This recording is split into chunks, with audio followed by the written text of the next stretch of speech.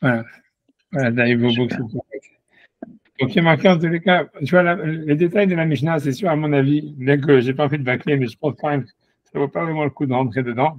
Mais on va faire la Mishnah quand même, et les trois, et l'Agma, et on commence l'Agma après.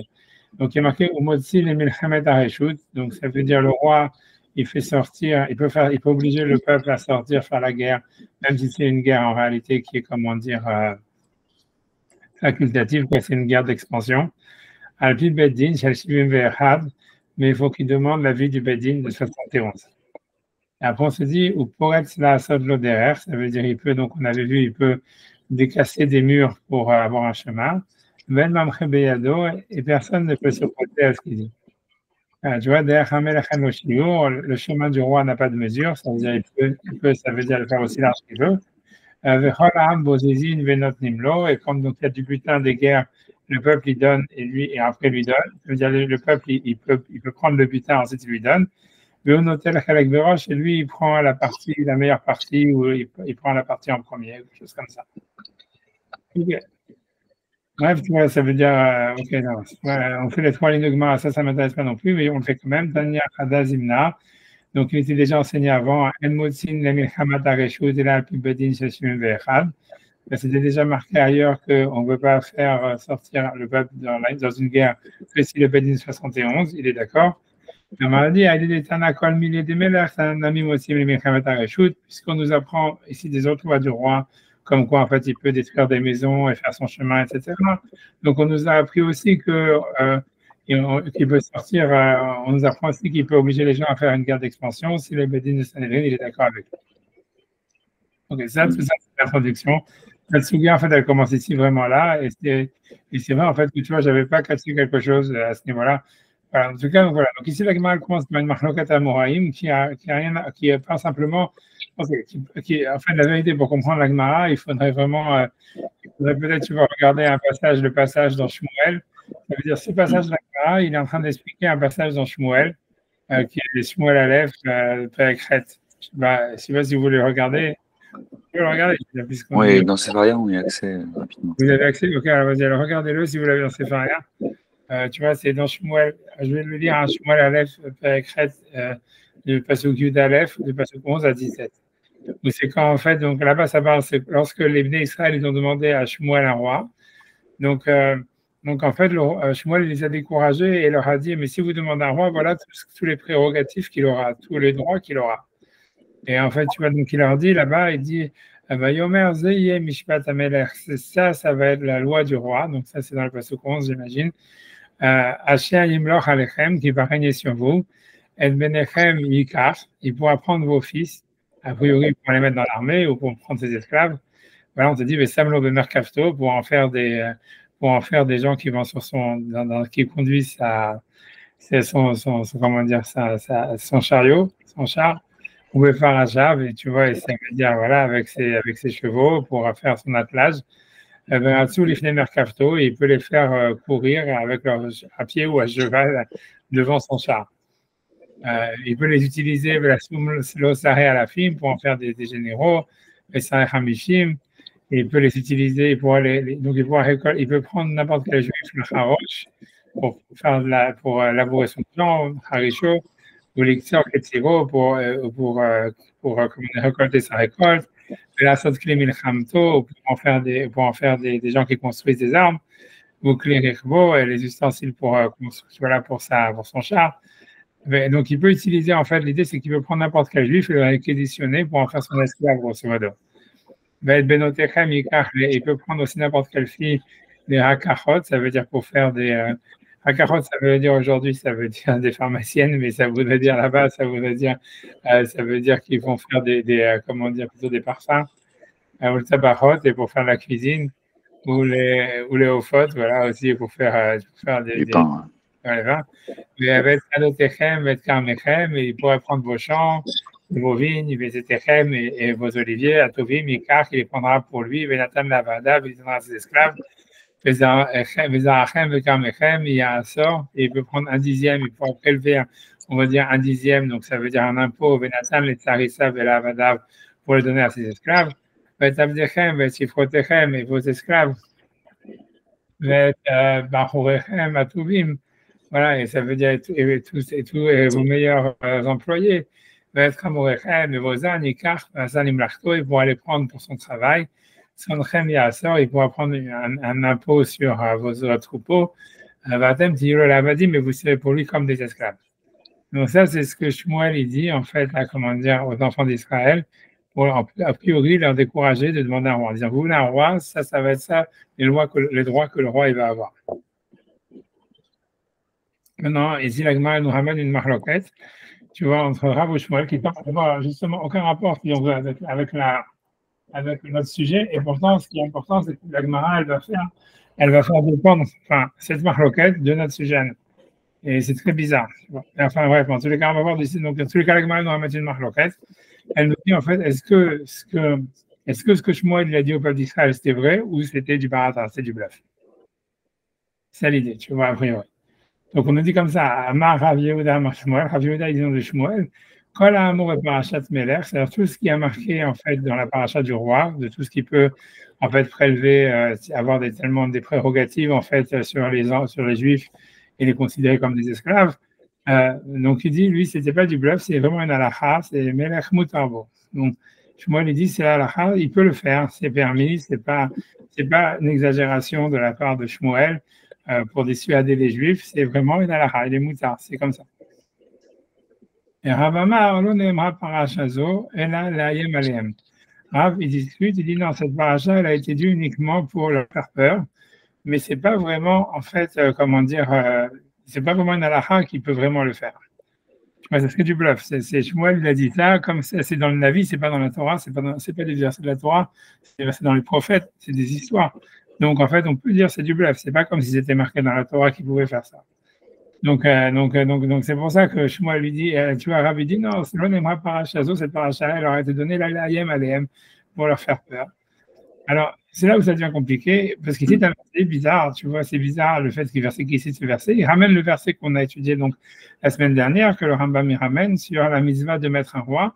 Il est marqué Som Tassim Alecha Melech. Ça veut dire que tu mettes sur toi un roi. J'étais Emato Alecha. Ça veut dire qu'il faut que tu aies ça. Et donc, ça voudrait dire, c'est très bizarre, hein, qu'est-ce qu'il veut avec le Passouk. Mais on est obligé, je ne pense pas que Rashi donne quelque chose, tu vas donner l'explication, si mes souvenirs sont bons. Tu vas dire rien, tu vois, ça veut dire Rashi dit simplement, enfin, on va faire Rashi après, mais ça veut dire. C'est après qu'il dit Yeshiva et toujours. Ouais, je sais, mais ça veut dire l'idée, c'est quel rapport? Ça veut dire, qu'est-ce qu'il veut dire Rav en citant le verset de tu mettras sur toi un roi, de dire en fait, c'est comme si on a l'impression qu'il va apporter une preuve sur le fait que ce qu'a dit Shmuel sur les prérogatives du roi, c'était du bluff. Et il dit pourquoi? Parce que dans le passage il y a marqué Som Tassim Alecha Melech, tu mettras sur toi un roi, j'étais Emato Alecha, que tu aies peur de lui. Et tu vois pas le rapport, tu vois, ça veut dire qu'est-ce qu'il veut, tu vois. Est-ce que ça veut dire qu'on a l'impression que lui, il veut dire que la mitzvah de mettre sur toi un roi, c'est pas vraiment une mitzvah, c'est simplement en fait que il faut que tu aies peur du roi. Tu vois, c'est ça ce que ça voudrait dire, tu vois, Som Tassim Alecha Melech, ça veut dire, on a l'impression, tu vois, ça veut dire, tu vois, ce qui est choquant dans cette Gemara, ce qui est choquant dans cette partie de la Gemara, qui reste problématique par la suite, c'est en fait, tu vois, quel rapport avec ce passouk de Som Tassim Alecha Melech? C'est-à-dire, si la Gemara s'était arrêtée comme ça, voilà, il y a une marloquette entre Rav et Shmuel, à savoir, est-ce que ce qu'il a dit Shmuel aux enfants d'Israël, c'était du bluff ou bien c'est une halakha? Ok, ça s'arrête là, très bien. On peut comprendre, tu vois, ça veut dire c'est discutable. On veut comprendre que, tu vois, c'est du fait que Shmuel dit ça aux enfants d'Israël, ça voulait dire, le roi, il a le droit de faire ça et c'est comme ça, tu vois, ça veut dire, c'est un point de vue défendable, quoi. C'est pourquoi pas. Et l'autre point de vue, ça serait de dire que Shmuel lui dit, ça c'est Shmuel, et Rav dit non, c'est sûr que non. Pourquoi la Torah, elle aurait donné le droit à un roi de faire des choses tellement cruelles et un droit comme ça tellement grand sur les enfants d'Israël? Et comme c'est que du Navi, tu vois, c'est que, donc il lui dit, Shmuel leur a dit ça pour leur faire peur, mais en fait, c'était pas vraiment que le roi, il avait le droit de faire ça. Tu comprends tout ça? Ça veut dire, la marloquette, elle se comprend, elle se suffit en elle-même, tout va bien, tu vois. Mais là où ça devient problématique, c'est quand Rav, ici, tu vois, pour étayer son point, il dit, voilà, parce qu'il y a marqué, Som Tassim Alecha Melech. Tu vois, c'est le passage qu'on a expliqué, on avait étudié la semaine dernière, où il y aurait la mitzvah de mettre un roi. Tu vois? Tu vois, ça veut dire. Et là-bas, on voit pas le rapport, tu vois, en quoi ça peut être une preuve que, en fait, ça veut dire, il est en train de. Shmuel, il est en train de bluffer quand il donne ses lois, tu vois. Alors, tu vois, alors, je sais pas, tu peux expliquer, tu vois, en fait, personne ne dit rien. Honnêtement, personne ne dit rien et ça va être pire par la suite. Mais ça veut dire, tu vois, j'ai regardé, tu vois, j'ai pas vu dans les commentateurs, personne ne dit, tu vois, qu'est-ce qu'il veut avec ce passouk, tu vois. Je te promets, j'ai regardé, aussi étonnant que ça soit. Et tu vois, alors, tu es obligé On va d'inventer. regarder c'est qui. Faut regarder quoi? C'est quoi? C'est Roche, Riff. Ouais, tout ça, ben, ici, il n'y a pas de rush de riff, tu vois, mais tu peux regarder surtout, tu vois, après, après, tu triches, tu regardes sur Metifsta, tu vois.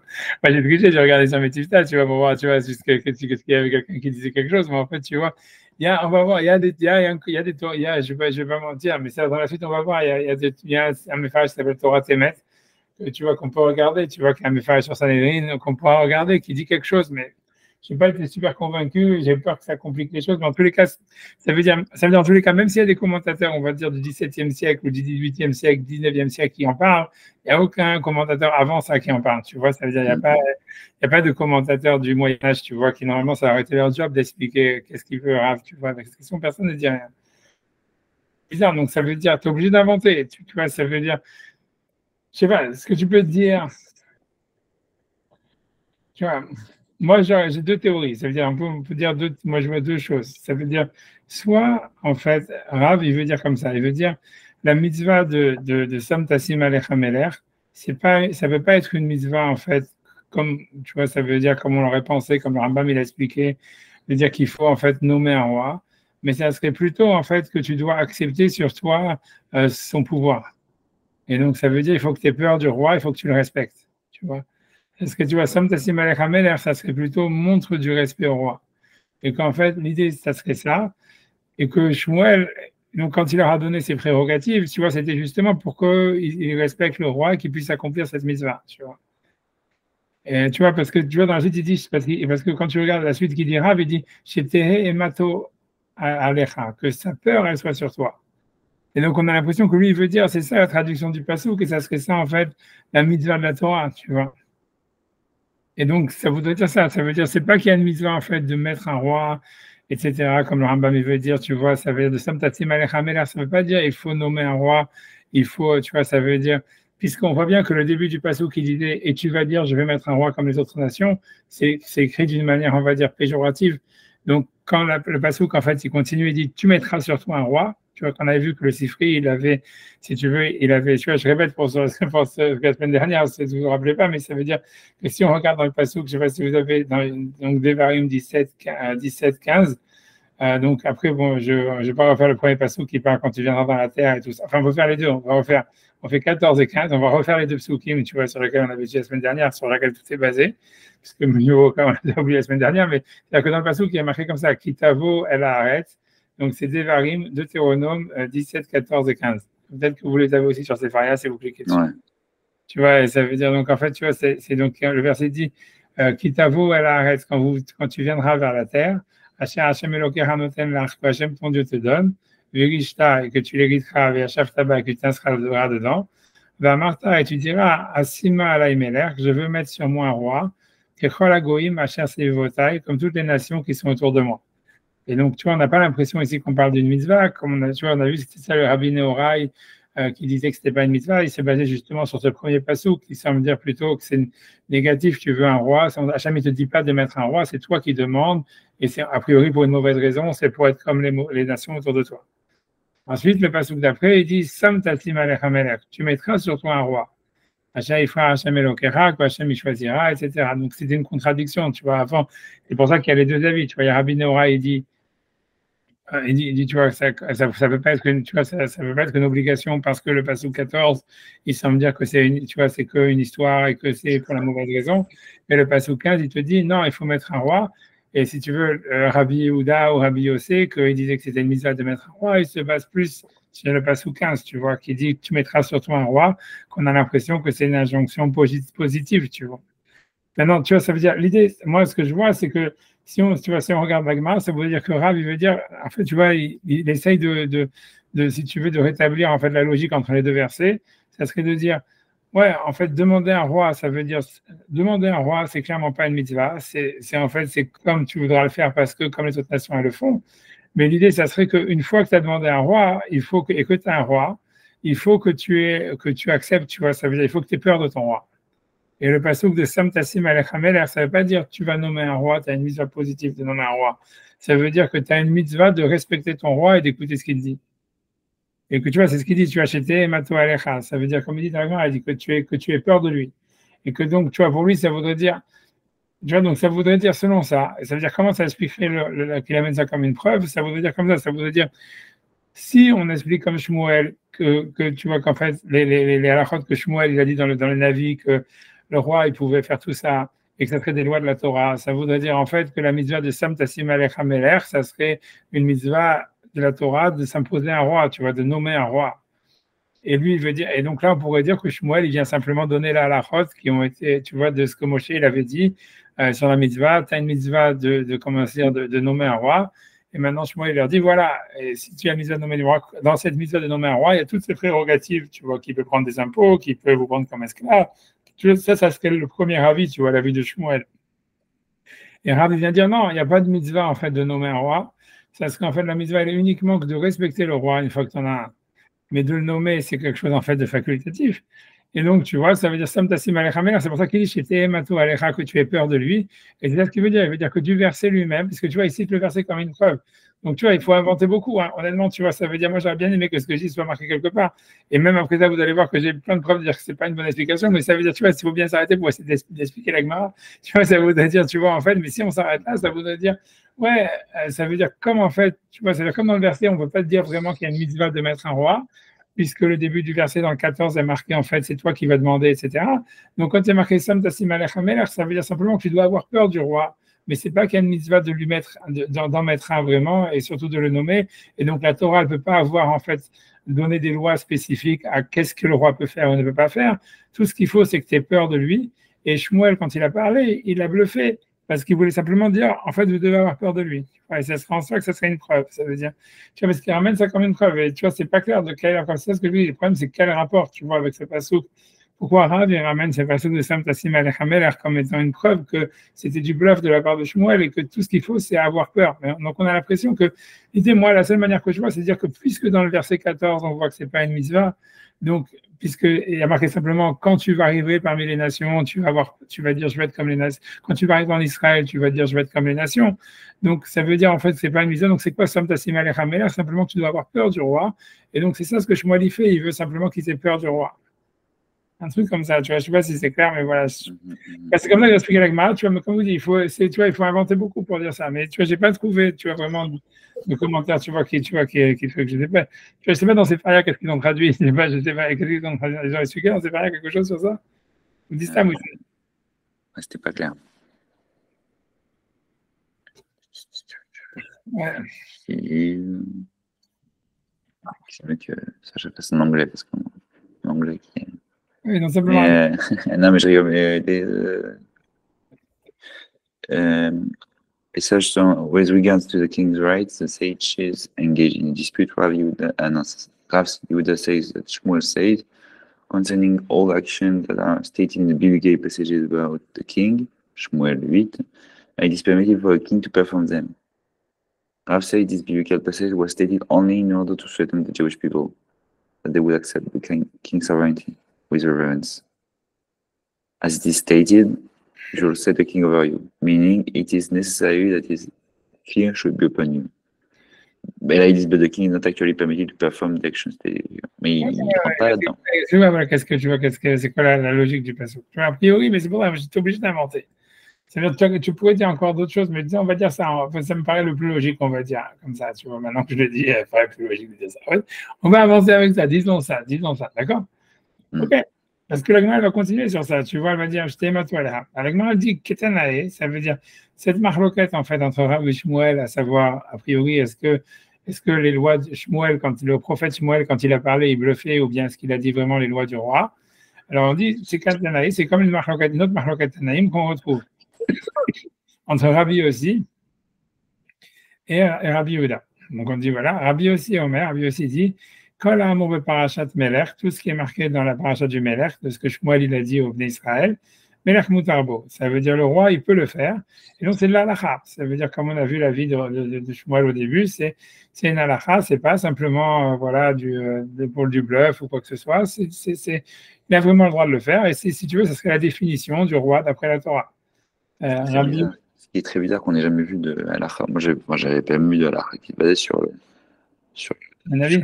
nar. Ouais. Ouais, ça veut dire que ouais, tu as raison de ce que tu dis, mais l'idée, ça veut dire que tu vois, la Gemara, à chaque fois, elle pose la question, tu as raison. C'est pour ça que moi aussi, j'avais pensé à ce que tu as dit un petit peu. Ça voudrait dire, mais ça veut dire que c'est pas si bizarre que ça, parce que tu vois, ça veut dire que le Navi, il peut pas apporter une nouvelle mitzvah de la Torah. Ça veut dire, tu vois, ça veut dire qu'il peut pas apporter une nouvelle mitzvah. Mais il peut dire, en fait, ce que Moshe, il a dit, ça voulait dire ça. Et ça, tu vois, ça, tu le retrouves dans la Torah. Ça, tu peux retrouver des autres exemples de ça. Tu vois, ça veut dire, ici, comme Shmuel, il n'est pas en train d'inventer une nouvelle mitzvah, il dit pas, voilà, il y a la mitzvah de mettre un roi ou quoi que ce soit. Mais cette mitzvah, il y avait déjà une mitzvah dans la Torah, il est marqué, tu mettras un roi. Donc, Shmuel, il te dit, voilà, en fait, c'est quoi la halachot de cette mitzvah-là, tu vois. Et ça, le prophète, il peut faire, tu vois. Ça veut dire, tu vois, c'est comme si, en fait, Shmuel, il parle pas en tant que prophète, il parle en tant que rave, tu vois, en tant que quelqu'un qui te dit, c'est ça la tradition, c'est ça tu vois, c'est ça le truc, tu vois. C'est ce que l'Agma dit à chaque fois, Gilou Milta Be'almaou. Ça veut dire, quand l'Agma pose ta question, elle dit, voilà, comment est-ce qu'on peut apprendre une halakha des prophètes? On ne peut pas apprendre. Elle m'a dit, non, ça, c'est pas une halakha qu'on apprend des prophètes, c'est simplement, on nous dévoile qu'est-ce qui est marqué dans la Torah. Tu vois, voilà, tu vois, on peut répondre facilement à ça, comme ça, tu vois. Donc, tu vois, voilà, mais tu vois, c'est ça. Mais j'ai pensé à ce que tu as dit, toi, parce que je me suis dit aussi, peut-être que l'idée, ça serait ça voudrait dire, au début j'ai pensé à dire comme toi, tu voulais dire que Rav, il voulait dire ça, la deuxième explication que j'avais dans la tête, c'est que, mais après, tu vois, je me dis que c'est moins fort, tu vois, c'est que Rav, en fait, il aurait dit, puisque Moshe, il n'a pas dit, tu vois, il a dit simplement, Som Tassim Alech HaMelech, et il n'a pas donné toutes ses prérogatives, donc ça voudrait dire, en fait, que c'est un truc général, et qu'il n'y a pas plus que ça, quoi. Et que la Torah ne justifierait pas, tu vois, que le roi il soit au-dessus de la loi, puisque tu vois ce que Shmuel il décrit, c'est un roi qui est au-dessus de la loi, qui peut exproprier les gens, qui peut les prendre comme esclaves, etc. Et l'idée, ça aurait été de dire que puisque la Torah elle n'a pas dit, tu vois, ça que Shmuel il cite le verset de Som Tassim Alech HaMelech pour dire, puisque Moshe il n'a pas dit, donc on ne peut pas prendre Shmuel au mot, tu vois. J'avais pensé à un truc comme ça, mais je me dis, tu vois, comme c'est pas fort, c'est moins fort, et comme je te dis, parce que surtout, tu vois, ça veut dire, c'est possible que Shmuel vienne t'expliquer c'est quoi la mitzvah, tu vois, c'est pas, tu vois, ça serait pas. Ok, donc ça, tu m'as dit, donc il dit, ok. Alors, on dit, voilà, il y a une marloquette dans la Mishnah qui revient à ça. C'était Matolera, Ketanaï, donc on dit, voilà, comme une marloquette Tanaïm. Rabbi Yossi dit, Kol Amouve Parashat Melech Mutarbo, ça veut dire comme Shmuel, c'est-à-dire que tout ce qu'a dit Shmuel, vraiment le faire. Et Rabbi Yehuda dit, l'onem ha-parashazo, cette parasha, elle a été donnée, et là, Kedelaïem, aléem. Uniquement, c'était pour leur faire peur.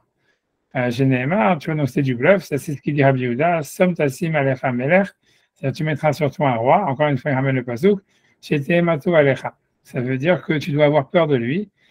Et on va traduire comme ça, on va dire, ok, et ça veut dire, selon la logique qu'on a dit, ça veut dire, donc c'est pas vraiment qu'il y a une mitzvah de mettre un roi, mais c'est en fait simplement la mitzvah d'avoir peur de lui, et donc Shmuel, tout ce qu'il vient faire, c'est faire accomplir cette mitzvah en leur faisant peur, en bluffant, mais en fait, il n'y a pas des lois spécifiques qui mettraient le roi au-dessus de la loi normale.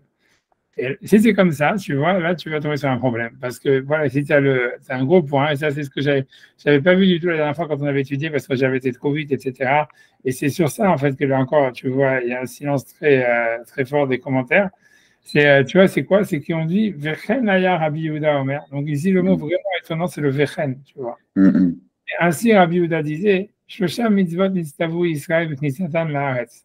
Ça veut dire, on a l'impression, tu vois, ça veut dire que l'Agmara, elle veut faire maintenant, si tu veux, une sorte de, tu vois, de relation causale, tu vois, puisque le Vechen, il peut dire, tu vois, il veut faire donc une relation causale en disant, et en fait, du fait que Rabbi Yehuda, comme s'il y avait une implication, voilà, puisque Rabbi Yehuda, il dit que il y a Shmuel, quand il a dit ces trucs-là aux enfants d'Israël, il le fait, ça implique que, tu vois, ce que Rabbi Yehuda a dit qu'il y avait 3 mitzvot que les Bnei Israël, ils ont eu quand ils sont rentrés en Israël.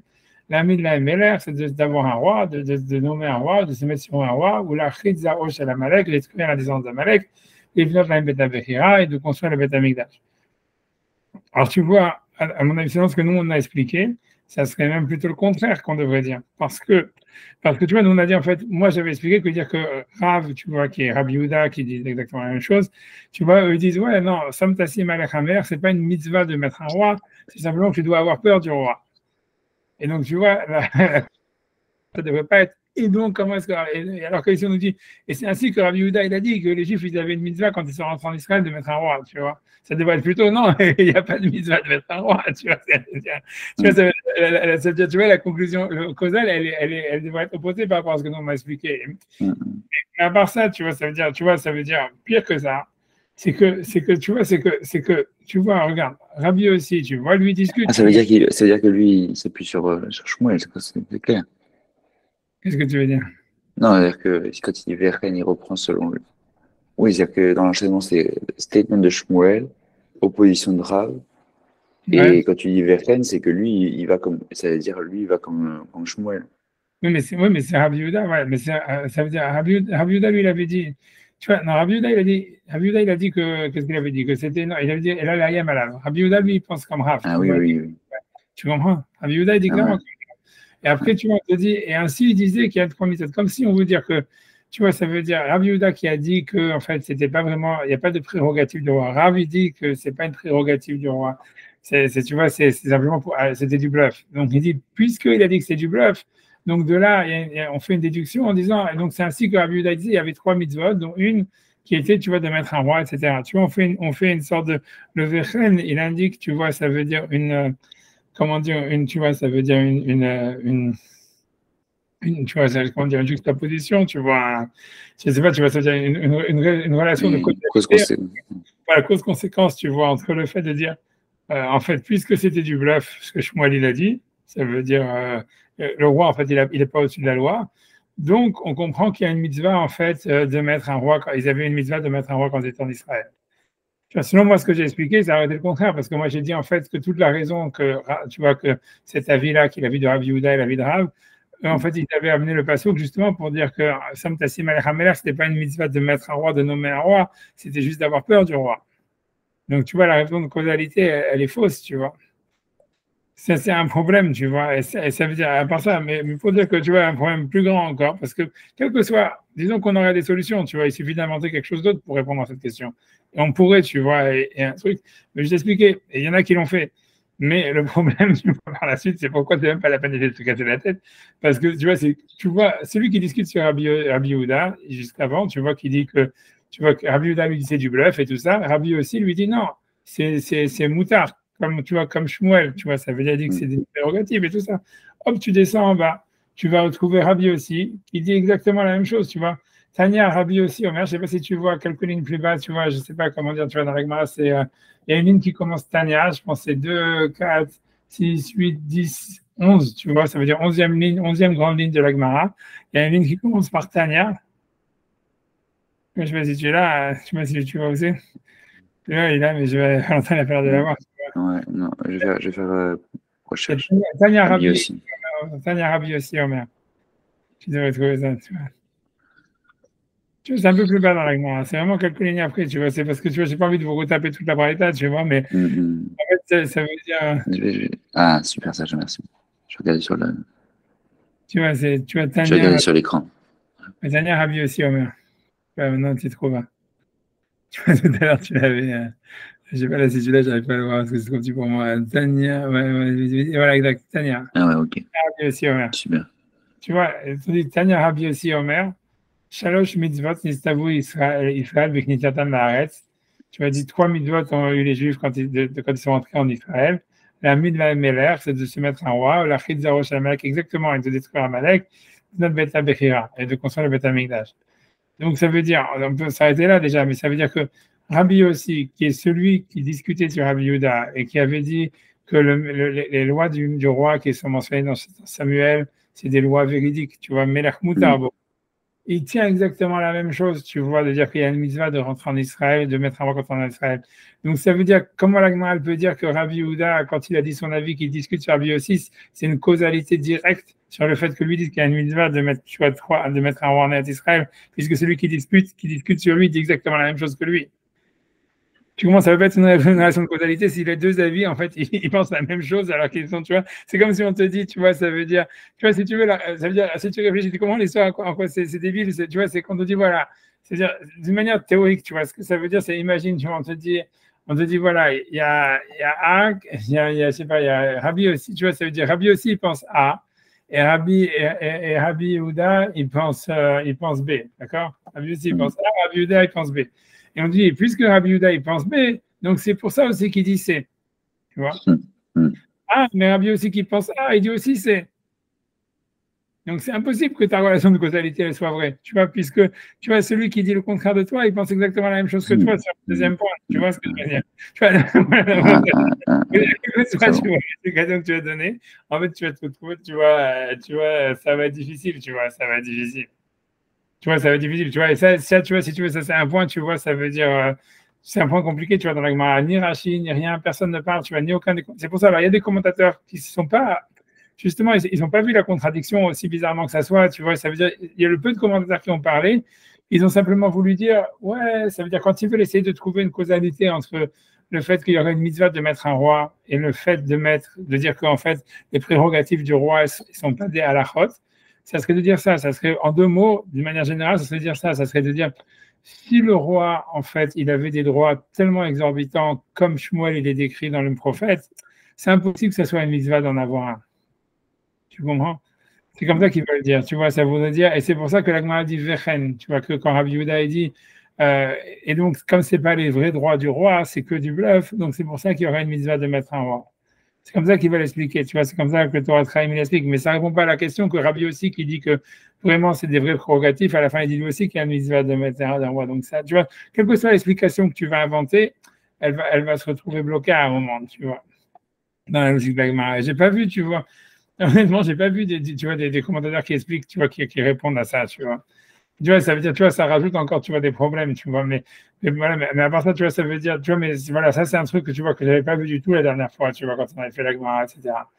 Et bref, tu vois, mais ça veut dire, pour répondre à ta question que toi, tu avais dit, tu vois, comment est-ce que Rabbi Yehuda, parce que tu vois, comment est-ce que Rabbi Yehuda, il discute sur Rabbi Nehorai, etc., tu vois, ça veut dire, ça, c'est pas une vraie question, parce que tu vois, Rabbi Yehuda, ici, qui est mentionné, c'est un Tana, c'est un auteur, c'est pas Rabbi Yehuda à Shmuel, c'est Rabbi Yehuda, c'est un auteur de la Mishnah, tu vois, c'est un auteur du Sifri. Tu vois, comme Rabbi aussi, tu vois que ce sont des auteurs de la même période que Rabbi Meir. Tu vois ce que je veux dire? Ah, Comment tu commences? Au début, quand tu ah marqué, oui, oui, c'est pas c'est pas l'élève de. voilà, il y a Amar Rav Yehuda, Amar Shmuel, qui est tout au début de la Souria. Amar Ouais. Rav Yehuda, Amar Shmuel, ça c'est un Amora, ça c'est un auteur de la. Ah, Mais tu vois, Rabbi Yehuda, tu sais, Rabbi aussi, c'est des auteurs qui sont contemporains à Rabbi Meir, qui sont, tu vois Rabbi Nehemiah. ouais, ils sont les élèves de Rabbi Akiva. Ouais. Tu vois, c'est la même période, tu vois, c'est la même période. Tu vois. Alors, je sais pas, tu vois, tu veux dire, ok, tu vois, voilà, mais je sais pas quelle autre question tu avais demandé, je sais plus si tu avais posé une question, un truc Non, comme mais ça. c'est l'autre question. Non, mais j'ai eu l'impression qu'il parlait. Non, moi j'ai l'impression qu'il faisait comme. Je n'avais pas vu le truc, je croyais que. Avec le VRN, je pensais qu'il Rabbi Yehuda tenait comme Shmuel. Que comme la halakha est comme toujours Rav, quand c'est pas des problèmes monétaires, alors je me suis dit que comment on pourrait en faire la halakha alors que j'avais pas vu en fait, il était comme Rav. Ah non, puis tu vois, ça, c'est considéré comme un problème monétaire, c'est pour ça que la halakha est comme Shmuel. Ah, Parce que tu vois, c'est comme le roi, tous ces droits-là, c'est de prendre tout le monde comme esclave ou de prendre de l'argent des gens. Principalement, c'est considéré comme un problème monétaire, pas un alors problème. le problème il revient vu que Non, on a parce que ça, l'impression non, qu'on suit. ouais, c'est pour ça qu'il dit que c'est Moutarbo. Alors, hein, c'est-à-dire, l'idée, ça c'est un autre point, de toutes les façons, c'est pas notre sujet à nous, puisque, tu vois, mais ça veut dire que l'idée, ça serait la halakha et que le roi, tout ce qu'il a dit, nous, on est posé que dans la halakha, enfin, le Rambam, il est posé que dans la halakha, que tu vois, que tout ce que Shmuel, il a dit dans le livre des prophètes, c'était vrai. Ça veut dire, c'est pas du bluff, c'est vraiment des prérogatives que le roi, il a le droit de le faire, tu vois. Parce que tu vois, la halakha est comme Shmuel contre Rav dans ce qui est monétaire. Alors ça, c'est considéré comme une loi monétaire à la base. Tu vois ce que je veux dire? Hein, mais, tu vois, mais bon, ça, on s'en fiche, tu vois. Mais tu vois, c'est plus pour moi l'histoire de, tu vois, de comment est-ce qu'au niveau de la logique, tu vois, entre les deux, ça s'articule, tu vois. Mais bon, tu vois, si tu veux, mais en tout cas, c'est vrai que Rachid, tu vois, on peut faire les Rachid sur ça. On peut faire déjà les Rachid sur ça. Et tu vois, c'est vrai que Rachid, tu vois, il est très clair de dire qu'en fait, la mitzvah, elle est que après l'héritage de la terre, etc. Tu vois. On peut faire, tu vois, les Rachid à partir de la Gemara, on va rien que faire les Rachid à partir de la Gemara. Et après ça, moi, je pense que c'est bon, là, je vais essayer de dire une réponse, tu vois, ça veut dire. On va voir, tu vois, je vais essayer de dire. Je vais essayer de dire. Je pense que j'ai une possibilité de réponse sur ces questions-là, tu vois. J'ai vu, voilà, j'ai vu des. Voilà, je m'en fiche, je dis, OK, je ne vais pas embrouiller plus. Rien que je fais Rachid déjà sur ça, rien que parce que, tu vois, donc Rachid, il fait parachat Meler, dans la parachat du roi, Sefer Shmuel, dans le livre Shmuel, Benechem, ou Venotechem, Ikar, vos enfants, et tu vois, et vos filles, il prendra comme esclaves, au Kayotse Bahem, donc il pourra les prendre comme esclaves, etc. Et tu vois, donc, donc Shmuel, il avait dit, c'est véridique, c'est vraiment une halakha. Rav Amar, l'onemra paracha, donc Rav, il dit, cette paracha de Shmuel, donc dans le livre de Shmuel, elle a été dit, elle a l'ayem aleem, c'était pour leur faire peur. C'était emat malkam aleem, pour ils aient peur de leur roi. Aval, eno mutar la asot. Tu n'as pas vraiment le droit de le faire. Ok, tu vois, donc Rachid dit comme ça, regarde Sinan, si il faut lire, Rabbi Yehuda Omer, l'onemra paracha zo, elle a l'ayem, tu vois, Aléem, pour leur faire peur, et dit Velo Garcinam, l'Yaréam ou le Valéam. Et il ne faut pas lire, ça veut dire pour les paniquer. Euh, tu vois, ok, ça veut dire ce qui voudrait dire que ça veut dire même si, lui ce qu'il veut dire, c'est que même si selon Rabbi Yehuda, quand Shmuel il leur parle pour leur faire peur, mais là, il leur parle pas pour leur faire peur d'une manière, on va dire, agressive. Parce que Rachid a un problème. Il dit pourquoi? Parce que lui veut dire comme ça. Au début, Rachid a dit, enfin, il y a une guerre ça qui est, tu vois, les Yaréam ou les Vahalam, c'est pour les paniquer. Et selon cette guerre ça voulait dire en fait que quand Shmuel il a parlé, c'est-à-dire le Shmuel dans le prophète il a parlé pour leur faire peur, selon l'avis que c'était pour leur faire peur, c'était en fait pour leur faire peur parce qu'en fait il n'était pas content qu'ils avaient demandé un roi. Tu vois, alors c'est pour ça que Rachid dit, il ne faut pas lire ça, de dire les Yaréam ou le Bahalam, ça veut dire pour leur faire peur et les faire paniquer. Il dit, parce que les Rabbi Yehuda, selon Rabbi Yehuda, il a fait Kivnou. Lui, il pense qu'ils avaient bien demandé de demander un roi. Sharen Itztavu Israël al-Kar, parce que les Bnei Israël avaient une mitzvah d'avoir un roi. Et c'est ainsi qu'on le lit dans la Tosefta. Tu vois, ça veut dire, OK, peu importe tu vois, ce qu'il veut dire. Pourquoi Rachid dit ça? Encore avant ça, je ne me serais pas arrêté sur ça, mais ce qu'il veut dire, c'est pourquoi Rachid dit ça. Et peut-être qu'après ça, on va pouvoir répondre. Mais tu vois, j'ai oublié de vous dire l'info quand même, tu vois, ça veut dire. L'idée, c'est que, en fait, si tu veux, c'est que ce qu'il dit Rachid, tu vois, ce que Rachid ramène là, de Rabbi Yehuda, qui dit qu'en fait, il a voulu les paniquer et que c'est un peu que Shmuel, il était énervé. Bien qu'il a raison de dire, tu vois, qu'a priori, suivant ce qui est marqué chez nous, dans la Gemara et dans le Sifri et tout ça, c'est une absurdité, puisque Rabbi Yehuda, il vient de te dire, il y a une mitzvah d'avoir un roi en Israël. Mais n'empêche que cette guerre-ça, tu vois, c'est la guerre-ça du Yalkut Shimoni, tu vois. Ça veut dire que, tu vois, dans le Yalkut Shimoni, ça veut dire, il y a marqué comme ça, que Rabbi Yehuda, en fait, il pense que c'était pour les paniquer qu'il leur a dit ça, mais que c'était un truc négatif, tu vois. Et c'est sûr, alors, je vous dis l'info bien que ça, tu vois, alors, parce que c'est pour ça qu'il dit, c'est ainsi qu'on lit dans la Tosefta. Et en fait, aussi dans le, tu vois, parce que Rachid, pourquoi Rachid dit ça? Parce que dans le Yalkut Shimoni, qui est un autre livre de Midrash qu'on pourra regarder, en fait, tu vois, c'est le gars comme quoi Rabbi Yehuda, en fait, il explique que c'était pour leur faire peur, mais c'était quelque chose de négatif. En fait, c'est parce qu'ils avaient mal demandé, tu vois, elle existe, cette guerre ça. Mais Rachid, il veut enlever ça, parce qu'il dit, comme ici on nous dit que c'était une mitzvah de mettre un roi, donc c'est difficile de dire que selon Rabbi Yehuda, il a voulu leur faire peur, tu comprends? Il a voulu leur faire peur de manière négative. En fait, non, ça voudrait dire, Rachid veut expliquer, comme je vous ai dit, ça veut dire qu'il a voulu leur faire peur parce que c'est justement ça la mitzvah, d'avoir peur du roi, tu vois, c'est tout. Et c'est pas que il voulait les paniquer, comment vous avez les engueuler, comment vous avez pu demander un roi, tu vois. C'est ça ce que Rachid veut dire, mais cette guerre, ça existe dans les Yalkut Shimoni. Tu vois, c'est pour ça, et c'est pour ça, tu vois, que Rachid dit, regarde ça, tout ça. Et ça pourrait être encore un autre, tu vois, une autre manière, tu vois, voilà. Vous pouvez l'expliquer rapidement. Ouais, c'est-à-dire que tu vois, en fait, ici, Rachid dit comme ça. Ça veut dire, c'est chez nous, il y a marqué, tu vois, Rabbi Yehuda, il dit, voilà, qu'en fait, il dit que quand Shmuel, il a parlé, c'était pour leur faire peur, mais que c'est pas vraiment les voix du roi. C'est ce qui est marqué chez nous, tu vois. Et on dit, et ainsi, Rabbi Yehuda, il disait qu'il y avait une mitzvah de mettre un roi, etc. On ne comprend pas la causalité, tu vois, on ne comprend pas la causalité, comme on a expliqué, tu vois. J'ai soulevé la question, a priori, on ne comprend pas quel rapport, en quoi il y aurait une causalité, tu vois, entre le fait de dire qu'il y avait une mitzvah de mettre un roi quand tu es entré en Israël, et le fait qu'il leur a fait, que quand Shmuel il a parlé plus tard, ce n'était pas des véritables halachot. Tu vois, la causalité, elle devrait être inversée a priori même. Tu vois, mais ça veut dire, alors moi je vous ai dit un truc comme ça, tu vois, que la mitzvah, elle ne serait pas de mettre un roi, mais d'avoir peur du roi.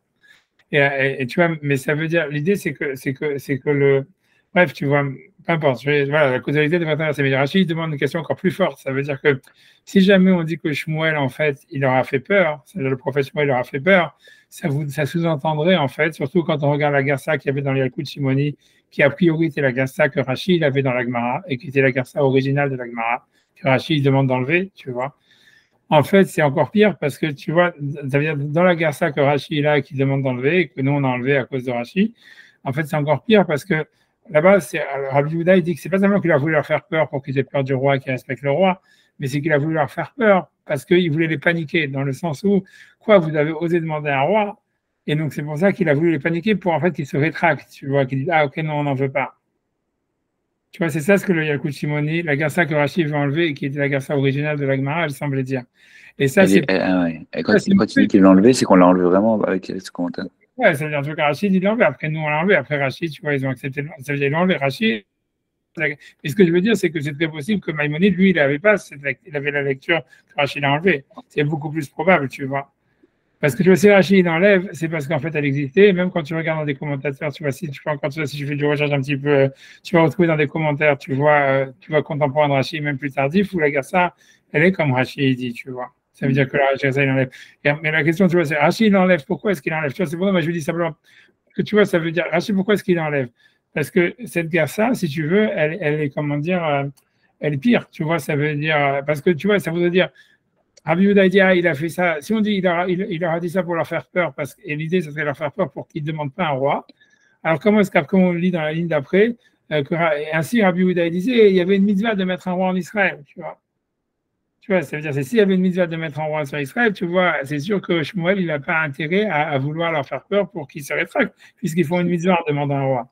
Donc c'est pour ça que Rachid dit non, même si on dit que ici, Rabbi Yehuda dit qu'il a voulu leur faire peur, ça voulait dire pour qu'ils aient du respect pour le roi et que c'était ça la mitzvah, tu vois. Donc c'est pour ça qu'il enlève, tu vois, le gars ça qui, tu vois, ce qu'il enlève du Yalkut Shimoni, c'est les vahalam, tu vois, les paniquer, tu vois.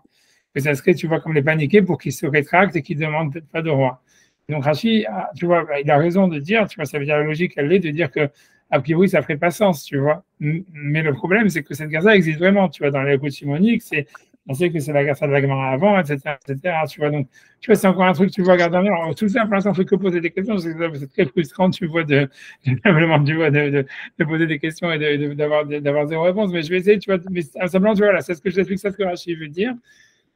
Et a priori, il a raison, mais ce que je veux dire, c'est que tu vois, c'est que ce qu'il dit Rachid, ça reste, même si on enlève le problème que c'est pour les paniquer, la raison de causalité, elle reste, tu vois, difficile, tu vois. Surtout que la Gemara après ça, tu penses, ça veut dire, on dit, et ainsi Rabbi Yehuda disait qu'il y avait une mitzvah d'avoir un roi, on ne comprend pas en quoi le fait de vouloir leur faire peur, tu vois, le fait qu'il faut interpréter les versets qui voulaient leur faire peur, c'est une causalité pour dire qu'il y a une mitzvah d'avoir des rois, tu vois. Encore pire, comme je dis, que Rabbi aussi, qui lui interprète les versets comme étant pas pour leur faire peur, mais comme étant des lois, il dit la même chose juste après, tu vois.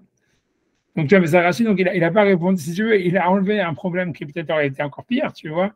Mais tu vois, parce que ça veut dire, s'il y avait, je vois comment la Gemara aurait dit, ça veut dire, il a voulu leur faire peur pour qu'ils ne demandent pas de roi, et 3 minutes après, on te dit, et c'est ainsi que Rabbi Yehuda a dit qu'il y a une mitzvah de mettre un roi, tu vois, que là, ça aurait été, tu vois, vraiment un truc complètement, tu vois, absurde, tu vois. Donc Rachid enlève la Garça, mais tu vois, en ayant enlevé le mot paniquer et tout ça, tu vois, il n'a pas expliqué qu'est-ce que ça veut dire, et tu vois comment la causalité après elle est renversée, etc. Tu vois, de quelle causalité on parle. Tu vois, mais c'est ça ce qu'il a voulu faire en disant ça. Tu vois, et ce que je veux dire, tu vois, c'est que quand Rachid dit ainsi quand c'est Tosefta, c'est parce qu'en fait, tu vois, c'est pas comme ça. Dans d'autres endroits, c'est pas marqué comme ça, tu vois. Tosefta, c'est quoi exactement? Tosefta, tu vois, ça veut dire ici, il faut voir quel Tosefta il parle. Tosefta, c'est des auteurs, c'est des livres, des écrits des Tanaïm, des auteurs de Tanaïm qui n'ont pas été repris dans la Mishnah. Tu vois, comme le Sifri, etc. Ici, il ne parle pas du Sifri, mais en fait, dans le Sifri, c'est dans la Tosefta de, tu vois, Sanhedrin, je ne sais plus quelle, la référence, elle est dans ce Perek Dalet. Enfin, bref, tu vois.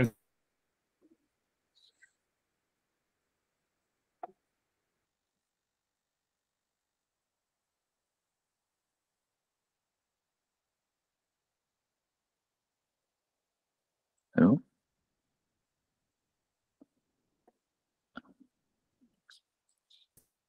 Ouais, ça doit être de mon côté que ça a perdu la connexion. Ok, désolé. C'est parce que c'est dans les. Ouais, t'as compris. Hein. C'est toujours un bon. Non, ah, je pense aussi. Ah, j'ai le double sujet à la double peine parce que j'ai aussi un tel qui doit faire du Insta sur, tu vois, ça, bon, j'ai le retour en Israël. Voilà, donc voilà, connexion internationale. De vérité. Moi, j'avance, ok. Bref, tu vois, ok.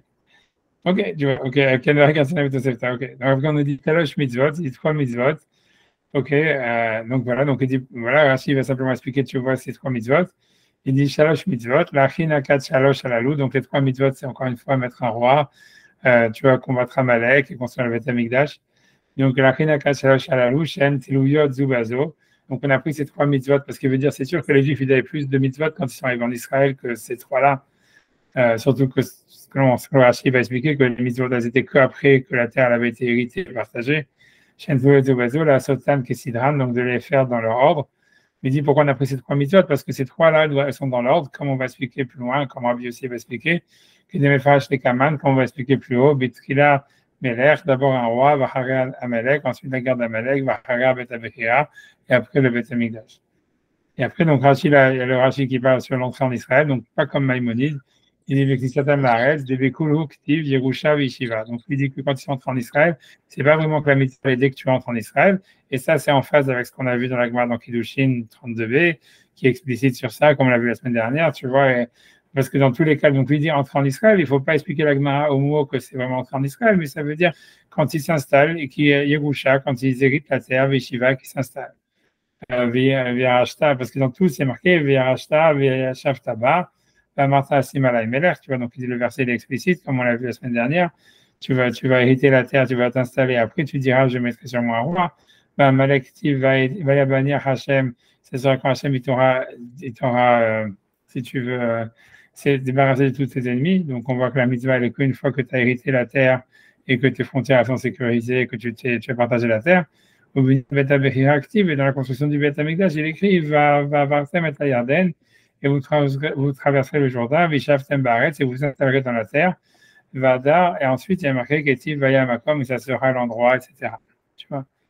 Et donc tout ça, tu vois, ça veut dire, tu vois, mais ça veut dire, voilà, donc ça veut dire, Rachid il explique que tu vois que toute cette braïta qui est la base du Maïmonide qui avait dit qu'il y a ces mitzvot quand on rentre en Israël, lui dit que bien que la Gemara semble dire ici quand on rentre en Israël, ça ne veut pas dire vraiment quand on rentre en Israël, c'est une fois que comment dire, les frontières et qu'une fois qu'il y a eu le partage de la terre.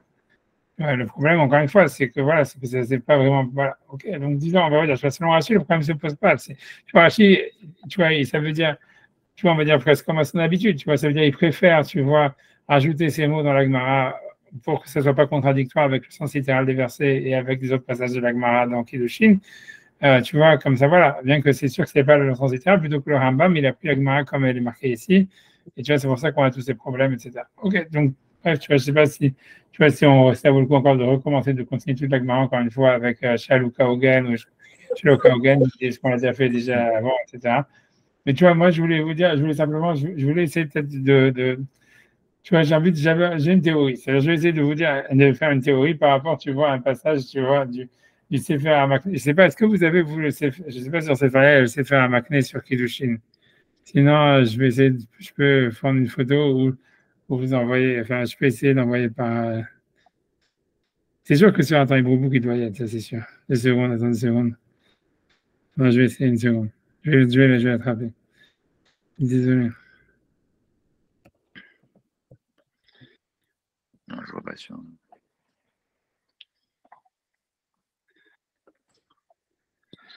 Il y a 2 secondes.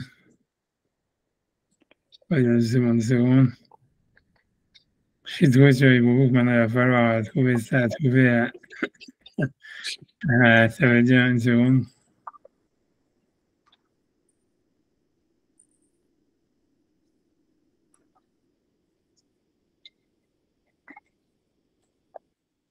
Une seconde, franchement. Parce que j'espère que je vais pas prendre trop de temps pour trouver la page là-bas.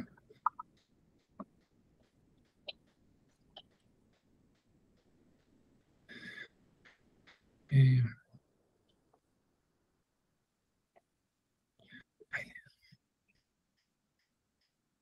Une seconde. J'ai bien. Une seconde. Parce que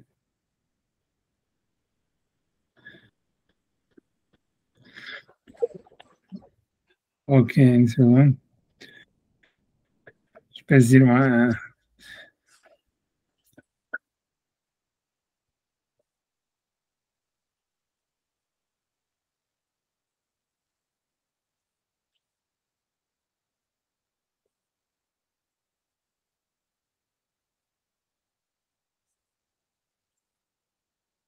Voilà. Donc, je peux vous envoyer ici le lien.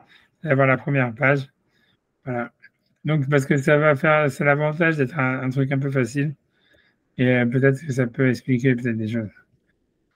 Dans 10 secondes, donc attends, je vous envoie le lien sur le chat. Il y a encore frozen ma caméra, c'est pas grave. Voilà, j'envoie ici. Je peux l'envoyer aussi sur WhatsApp.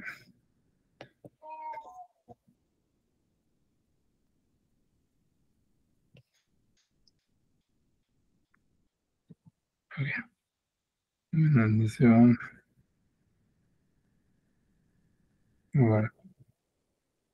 Je remets la caméra et voilà. J'espère qu'elle va encore se bloquer sûrement quand je vais. Sauf si tu vois, en fait, tu vois, c'est si tu prends le Sefer à Makné. Alors, si tu prends, tu vois, après, je vais la remettre. Tu vois, si vous regardez le lien que je vous ai envoyé, normalement, tu vois, dans le dernier paragraphe, en fait, tu vois qui est dans la page, il y a deux colonnes. Dans la deuxième colonne, dans le dernier paragraphe, il y a marqué Sham, Melech Shemachal al Kevodo, En Kevodo Machul. D'accord? C'est bon, vous l'avez? Ouais. Ok, donc alors j'y vais. Alors tu vois, en fait, l'idée c'est comme ça. Pour répondre à la question, c'est comme ça. C'est pour ça que ce qu'il va dire, c'est un truc super simple. Tu vois, ça veut dire c'est un truc. Après ça, à partir de là, peut-être tu vois, on pourrait réfléchir à plein de choses. Ça veut dire, parce que lui, en fait, l'Agma, elle va dire en fait qu'un roi, il peut pas en fait pardonner son honneur. Ça veut dire que si un roi il dit voilà, je suis pas Macpid, c'est-à-dire toutes les prérogatives du roi qu'on doit lui donner, qu'on verra dans les lois des rois, etc. Mais si jamais un roi il dit voilà, je suis mochel sur mon kavod, est-ce que ça marche? Tu vois? Et l'Agma, elle va dire, l'Agma dans Kiddushin, elle dit, Melech shemachal al kevodo, el kevodo makul. Ça veut dire, si un roi, il a pardonné son honneur, il n'est pas pardonné. Ça veut dire, le père, par exemple, l'Agma a fait une distinction entre le père, tu vois, ça veut dire que le père, il peut pardonner sur son honneur, il peut dire, voilà, je suis pas Macpid, tu vois, normalement, il faut se lever quand on rentre dans la chambre de son père, et tous ces trucs-là. Et le père, il peut être mochel, mais un Talmid Chacham, il peut être mochel, mais un roi, il ne peut pas être mochel. Ça veut dire que même si les mochel, c'est le type, tu vois, il a transgressé l'interdit de la Torah, de manque de respect envers le roi, tu vois, etc. Donc lui, et en fait, je vais t'expliquer ce qui va être important dans cette histoire-là. Il y a eu une question comme ça, c'est qu'il y a un midrash qui dit que Moshe Rabbeinu, quand Yitro il est venu pour le visiter, et que tout le monde est venu à la rencontre de Yitro, qu'ils ont fait un grand repas, il y a marqué, tu vois, ils ont mangé du pain, les Fena Elohim, il y a marqué dans le Passouk, il y a marqué que Moshe, lui, il servait tout le monde. Et la question qu'on va demander, c'est qu'on sait qu'il y a plein d'endroits où on voit que Moshe, il avait, comme on a vu déjà dans le passage du Rambam qui dit qu'il avait un digne de roi, Moshe aussi, il avait un digne de roi. Et donc la question, c'est comment est-ce que lui, il a pu servir les gens, tu vois, ça veut dire à manger, etc. D'accord? Ça va être ça la question. Donc c'est un truc, tu vois, simple, tu vois. Alors, tu vois, donc, alors je vais. Alors, elle dit, Melech shema halal kevodo, en kevodo machul. Ça veut dire un roi qui a pardonné sur son honneur, il n'est pas pardonné. Et on dit, Kvar katavnu, nous avons déjà dit, les îles plus haut, Ataam, la raison, Mishum den amalchut shelo. C'est parce qu'en fait, le roi, c'est pas lui le processeur de la royauté. Ça veut dire il est dépositaire d'une fonction. Et en fait, donc lui, il ne peut pas, et comme dans la fonction, ça entraîne que on doit lui donner des honneurs, etc. Donc lui, en fait, si tu veux, il n'a pas de, ça veut dire il peut pas dire non, moi je suis pas Macpid, c'est pas toi qu'on honore, grosso modo, c'est la royauté. Donc c'est pas ton business, toi tu peux pas vraiment dire moi je suis pas Macpid, parce que c'est pas toi, c'est le roi qu'on honore. Alors Beno Yachol Imchol Kvod Malchut Shemaim, tu vois, en plus qu'on voit le roi d'Israël, c'est un représentant, on va dire, de la royauté d'Hachem, comme on avait déjà vu dans les psukim avant, dans le Sifri, etc. Donc ça veut dire, on ne peut pas être mochel, non seulement a priori même sur l'honneur de la royauté, mais sur la royauté d'Hachem. Hachem Bekirbo, qui est en lui, quand tu le gars qui représente, Vechen Katava Marsha, Zal, c'est ce que le Marsha a dit. Alors, ok, donc il va continuer à expliquer. Il dit, et c'est pour ça qu'il me semble qu'il faut donner une raison. Ce que nos maîtres ont instauré. Donc, ce qui est marqué, si quelqu'un il voit un roi, de gros Melech Israël, si quelqu'un il voit un roi d'Israël, il doit faire la bracha, le varach shechalak mikvodo. Ça veut dire, il doit dire que béni sois-tu Hachem qui a donné de son honneur aux êtres humains, tu vois. Ça, c'est quand on voit un roi d'Israël, il faut dire cette bracha. Ou bemelech hakum, et quand on voit un roi goy, on doit dire chez Nathan mikvodo, qui a donné de son honneur aux êtres humains. Parce que dit pourquoi, alors pourquoi quand on voit un roi juif, on dit qui a partagé de son honneur, et quand on dit un roi goy, on dit qui a donné de son honneur. Alors lui, il explique, bon ça c'est Nalacha, voilà, donc il dit Mishum de Melech Israël, parce que le roi d'Israël, il sait que la royauté, elle n'est pas à lui. Là, c'est la Kadosh Baruch Hu, donc c'est Akadosh Baruch Hu. Lui, simplement, il a une partie dedans, il est représentant, quelque chose comme ça. Il a une partie. Ce qui n'est pas le cas dans un roi non juif. Et en fait, il n'est pas un honneur pour Hachem. Et là, l'aube, il va. Donc, c'est son honneur propre, c'est tout. Donc, en fait, c'est Hachem. La bénédiction, c'est qui a donné de son honneur à l'homme, puisque lui, il n'est pas représentant véritablement de la gloire d'Hachem. C'est ça ce qu'il veut dire. Ok, ça, on s'en fout. Si tu veux, c'est un point qui n'est pas tellement, tu vois, très important pour nous. Et la l'aube, il va. Chez Nathan, c'est pour ça qu'on fait la bracha, qu'il a donné de son honneur et pas qu'il a partagé de. Ça veut dire, pour un goy, on dit qu'il a donné de son honneur. Et pour un juif, on dit qu'il a partagé de son honneur. Maintenant, il dit et c'est pour ça que voilà, il dit qu'un roi juif, il ne peut pas pardonner son honneur, parce que c'est pas son honneur, c'est l'honneur d'Hachem qui le représente. Ok, donc maintenant il dit de Nachon, et il dit que et pour moi il me semble que c'est vrai. Adama Bizvachim, tu vois, ça veut dire que toujours le Olam, sans doute, ça encore c'est pas pour nous. Il va parler de Pharaon, il dit le Olam Yehemat Malchut Alecha. Il faut toujours avoir la crainte du roi. Directive Yardou Kolavedecha et ils descendront tous tes esclaves. C'est-à-dire que Moshe, quand il a parlé, je tourne la page, tu vois, je la page d'après, ça veut dire que quand Moshe il parle à Pharaon, il dit, au moment de la sortie d'Égypte, il lui dit, et tous tes esclaves, ils sortiront en disant, voilà, on va s'en aller, tout ça. Et donc, il appelle les Juifs, les esclaves de Pharaon, alors même qu'il parle en fait de la plaie des premiers-nés, comment est-ce qu'ils vont sortir. Et de là, on voit que Moshe, et c'est Rachid le ramène là-bas aussi, que tu vois qu'il faisait du kavod à Pharaon, même au moment de la sortie d'Égypte, en appelant les Juifs ses esclaves. Parce qu'il dit, c'est tous tes esclaves, ceux-là, ils sortiront vers moi en disant, on va sortir. Ça veut dire, et même ton peuple, il va vouloir sortir, il va nous demander de sortir. Donc on voit que même pour un roi non juif, il y a la mitzvah d'avoir peur de lui. Tu vois, ça veut dire, donc il dit, voilà, il dit, donc la mitzvah, puisqu'on voit que Moshe, il faisait du kavod à Pharaon. Mais il va dire, et pourtant, on trouve plein d'endroits où il y avait des empereurs romains qui, en fait, on va donner l'exemple d'Antonin, où il est marqué, tu vois, donc lui va citer, tout ça, ça ne nous regarde pas vraiment, mais peut-être un peu, enfin, c'est surtout la suite qui est importante pour moi, mais on voit au début du traité d'Avodazara qu'il y avait Antoninos, que Antonin, chez Mahal Kevodo, qui avait annulé son honneur, Vegarin Kamerabi, et qui rampait devant Rabbi pour que Rabbi il marche sur lui pour qu'il puisse marcher sur son propre trône. C'est ce qu'Agma raconte là-bas. Donc on sait que plus ou moins que c'est historiquement vrai en fait. Aïnou Milishum de Melech Hakum, parce qu'il dit, alors comment, mais la question est comment est-ce que Rabbi il pouvait marcher sur le roi pour montrer sur son propre trône? On dit c'est parce que Melech Hakum Vada Yachol Imhalal Kevodo, parce qu'un roi goy il peut pardonner son kavod. Chaque kavod chez l'eau, puisque c'est son honneur à lui. Donc contrairement à un roi juif il est représentant d'Hachem. Donc en fait il ne peut pas pardonner son honneur, mais un roi goy que c'est son honneur propre, donc il peut le pardonner.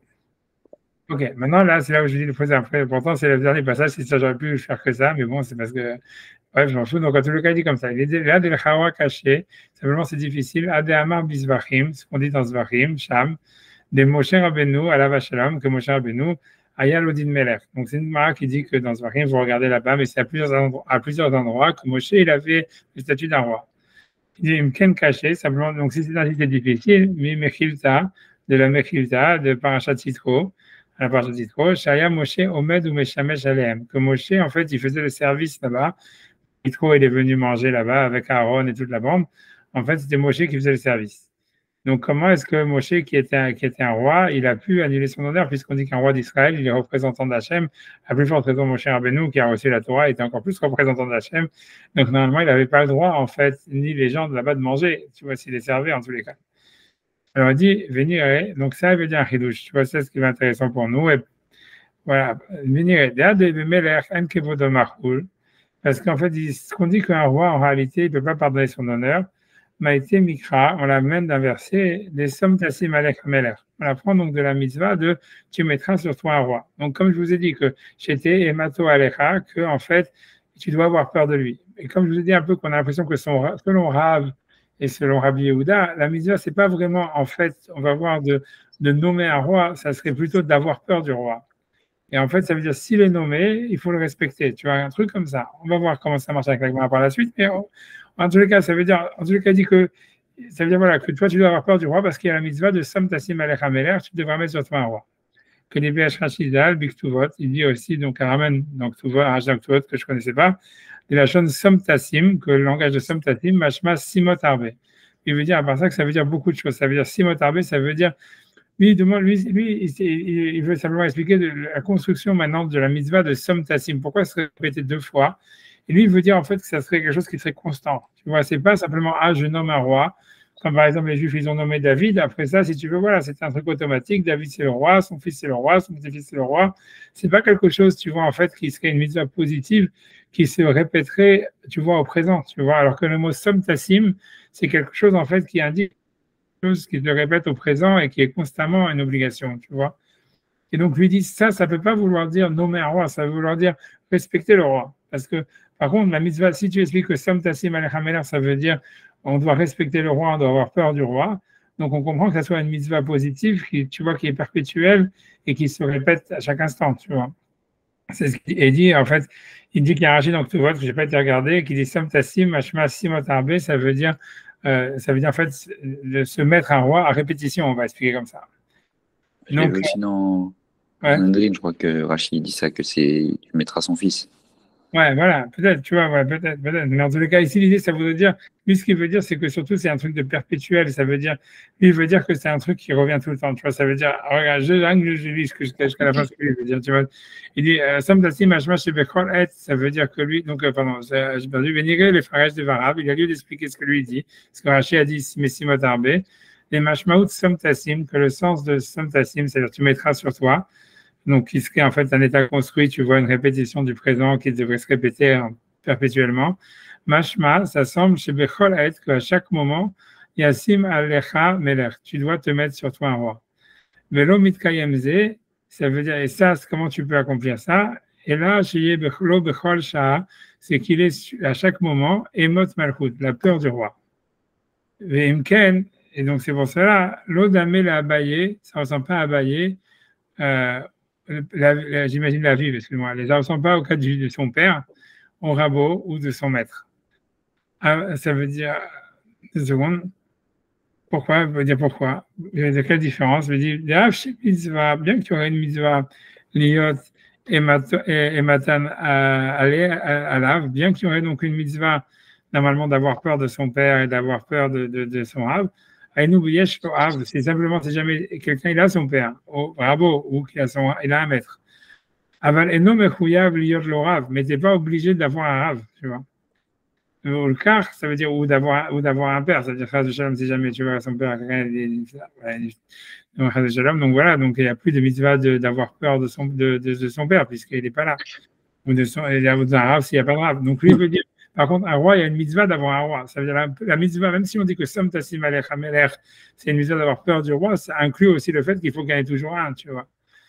Et donc, il dit, maintenant, il veut dire comme ça, il dit, maintenant, il va faire comme ça. La suite, elle est compliquée, et tu vas dire comme ça, il dit, Ulkar Shemachal Kevodo.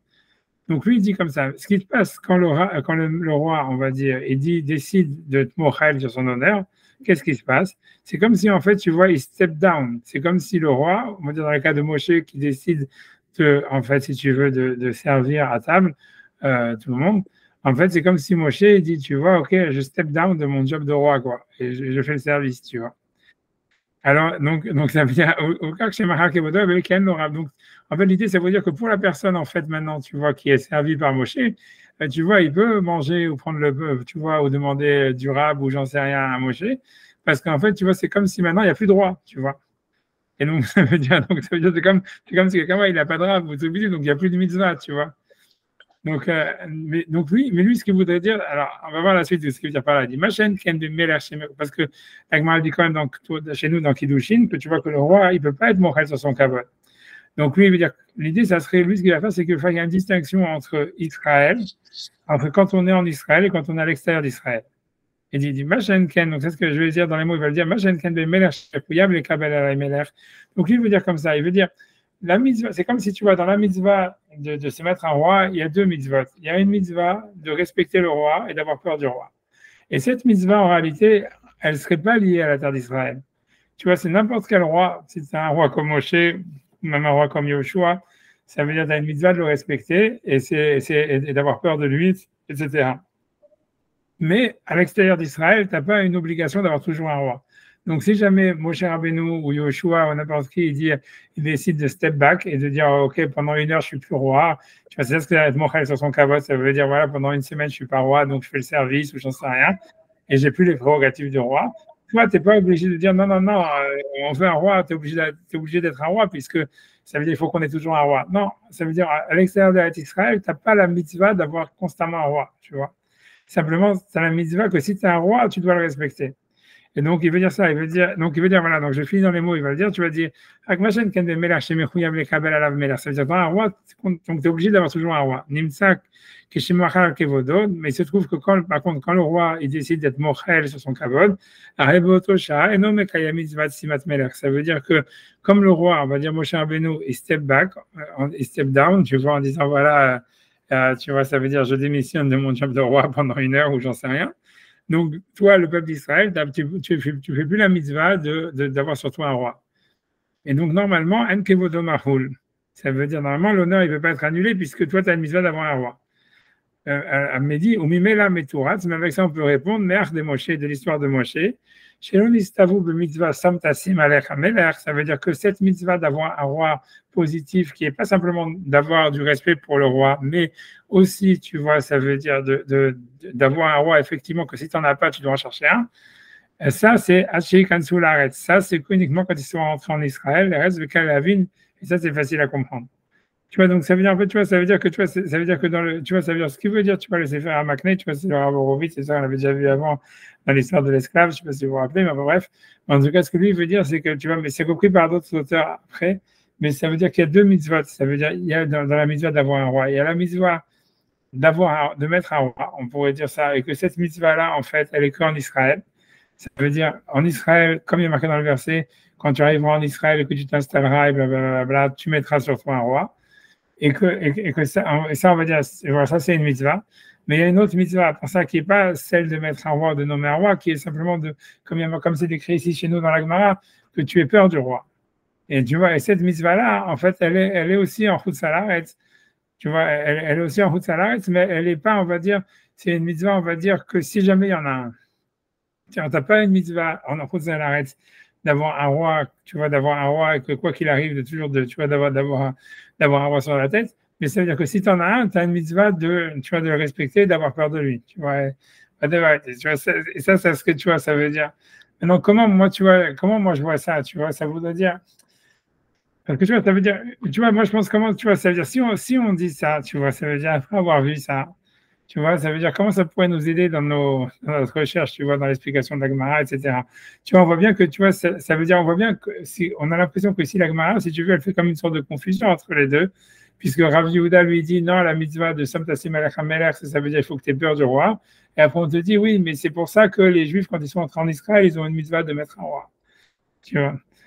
Mais tu vois, alors moi, ce que je pense, tu vois, ce qu'il faudrait rajouter, tu vois, comme détail, tu vois, pour expliquer, tu vois, parce que tu vois, une des questions qu'on a vu, par exemple, aussi sur le Rambam, c'est comment est-ce que le Rambam, il peut dire qu'il y avait une mitzvah quand ils sont rentrés en Israël de mettre un roi, ils avaient déjà un roi, c'était Yoshua, par exemple. Parce que lui-même, il va dire qu'ils avaient déjà un roi, c'était Yoshua, etc. Donc, il y avait plein de. Et pour moi, l'idée, ça serait comme ça serait de dire comme ça veut dire que, en fait, ça veut dire que, en fait, c'est vrai, et tu vois, on pourrait expliquer que c'est sûr que la mitzvah, même si la mitzvah de mettre un roi, tu vois, comme il explique le Rambam, mais que cette mitzvah, elle existe uniquement, ça veut dire après que tu es rentré dans la terre et une fois que tu as hérité la terre et que tu l'as partagée. Tu vois, c'est comme le passage qui dit, après que vous êtes rentré, que vous l'avez partagé, etc. Mais je pense, tu vois, et ça serait la mitzvah que, tu vois, ça veut dire de nommer un roi, etc., en Eretz Israël, etc. Mais je pense qu'à part ça, il y avait une autre mitzvah qui est que, en fait, ça veut dire que quand si tu as déjà un roi, comme c'était déjà l'exemple, tu vois, ça veut dire c'est déjà le cas à l'époque de Yoshua. Donc, en fait, ça veut dire qu'il y a une mitzvah en Israël de le nommer, tu vois. Ça veut dire, si tu veux, de lui redonner, ça veut dire de lui donner le statut d'un roi qui est en Israël. Tu vois, ça veut dire comme ça, tu vois, ça veut dire, ce que je veux dire comme ça, c'est que, tu vois, ça veut dire que ça veut dire qu'un roi, ça veut dire un roi en Israël et un roi en extérieur d'Israël, ils ont deux statuts différents. Ça veut dire, c'est possible, tu vois, ça veut dire parce que le roi en Israël, si tu veux, tu as une obligation en réalité de, comment dire, tu as une obligation de l'avoir. Et donc, il peut pas pardonner son honneur, etc., etc. Par contre, tu vois, et a priori, cette mitzvah, ça veut dire cette mitzvah-là, elle commence qu'après l'héritage et le partage, on pourrait dire, comme le passou qui dit, et comme ça a l'air d'être comme la Gemara dans Kiddushin, elle dit. Mais en fait, l'idée, ça serait que techniquement, c'est si jamais, en fait, tu arrives avec déjà un roi qui est en route salaretz, et que donc c'est le statut, tu vois, ça veut dire qu'il est déjà roi, mais qu'il a un roi de coup de salaretz dans le sens où lui, il peut annuler il peut être mochel parce qu'en fait, il n'y a pas de mitzvah en coup de salaretz d'avoir un roi, il n'y a pas une obligation d'avoir un roi. Donc, en fait, l'idée, ça serait que quand il arrive en Israël, il y aurait une mitzvah de lui conférer le statut de roi d'Israël. Tu vois, ça vous pas dit que il y a trois mitzvot que les Juifs ont eu quand ils sont arrivés en Israël, et une des mitzvot, c'est d'avoir un roi. C'était de nommer Yehoshua, de lui donner le statut de roi comme étant en Israël, qui ne veut pas pardonner en fait son kavod, qui ne veut pas annuler son kavod. Tu vois, ça veut dire un truc comme ça. Tu vois. Maintenant, tu vois, est-ce que ça explique, tu vois, comment tu vois, ça veut dire, voilà, un truc comme ça, tu vois, ça voudrait dire ça, ça voudrait dire ça. Et selon ça, tu vois, on pourrait expliquer ce que la Gemara, quand elle dit ainsi, il voulait dire Rabbi Yehuda, ça veut dire la causalité, est-ce que la suivante, ça voudrait dire, comme en fait, ça veut dire, c'est évident, en fait, que la mitzvah, elle est de, comment dire, la véritable mitzvah de Sam Tassim Alech HaMelech, elle est, comme il y a marqué, tu vois, dans Kiddushin, c'est après l'héritage, après le partage. Mais tu vois, et ça, c'est l'obligation, on va dire, de Samdassim Alech Hamelech. Mais ça veut dire que l'idéal est que, comme Rabbi Yehuda, il pense qu'à part ça, dans cette mitzvah de Samdassim Alech Hamelech, tu vas mettre sur toi un roi. Il y a aussi une mitzvah d'avoir peur du roi. Or, cette mitzvah-là, elle est constante. C'est une mitzvah qui est, tu vois, qui est perpétuelle et qui existe sur n'importe quel roi, même si elle est à l'extérieur d'Israël. Ça voudrait dire que c'est ça ce qui veut dire qu'une fois que tu arrives en Israël, même avant le partage et l'héritage, mais que tu avais déjà un roi, qui est Yoshua, donc tu avais une mitzvah d'être Mahmid Oto, ça veut dire de le renommer, statut de roi, tu vois, d'Israël qui ne veut pas pardonner, tu vois, sur sa faute, etc., etc. Tu vois, c'est expliqué pourquoi est-ce que le Rambam, parce que tu vois, ce langage que je vous ai dit, tu vois, que quand la Gemara dit, il y avait, quand le Rambam, il a cité la Gemara ici, en disant, voilà, il y a 3 mitzvot que les Juifs, ils ont eu en Israël, que je vous dis que c'est un langage très bizarre, parce qu'en fait, c'est pas, il dit pas, et quand les Juifs, ils vont rentrer en Israël, ils ont 3 mitzvot à faire. Et mitzvah, ça ne veut pas dire obligation. Mitzvah, ça veut dire c'est une mitzvah, mais ce n'est pas une obligation. Chouva, c'est une obligation. Mitzvah, c'est, tu vois, ça veut dire si tu le fais, c'est bien. Tu vois, donc voilà, donc tu vois, mais tout ça, c'est dans le même sens. Ça voudrait dire en fait que la mitzvah, c'est simplement d'avoir peur d'une autorité, on va dire, et de donner un statut, tu vois, à l'autorité, qui est, tu vois, qui est à l'époque Yoshua, s'il y en a une. Mais après ça, il y aurait une autre mitzvah qui est en fait, tu vois, de mettre un roi, et que ça, d'une manière, tu vois, ça veut dire obligatoire, etc. Tu vois, ça veut dire une fois qu'il y a après l'héritage et le partage. Tu vois, un truc comme ça. Tu vois, moi, je pense, tu vois, ça serait ça l'idée qu'il faudrait dire. À mon avis, tu vois, ça répondrait à nos questions. En tout cas, ça répondrait à pas mal de questions. Ça veut dire, ça répondrait, tu vois, à la contradiction qu'il y a entre la Gemara dans Kiddushin et la Gemara dans Sanhedrin. Ça veut dire que quand la Gemara est là-bas dans Kiddushin, elle a pris comme évident que la mitzvah de mettre un roi, elle est qu'après le partage et l'héritage.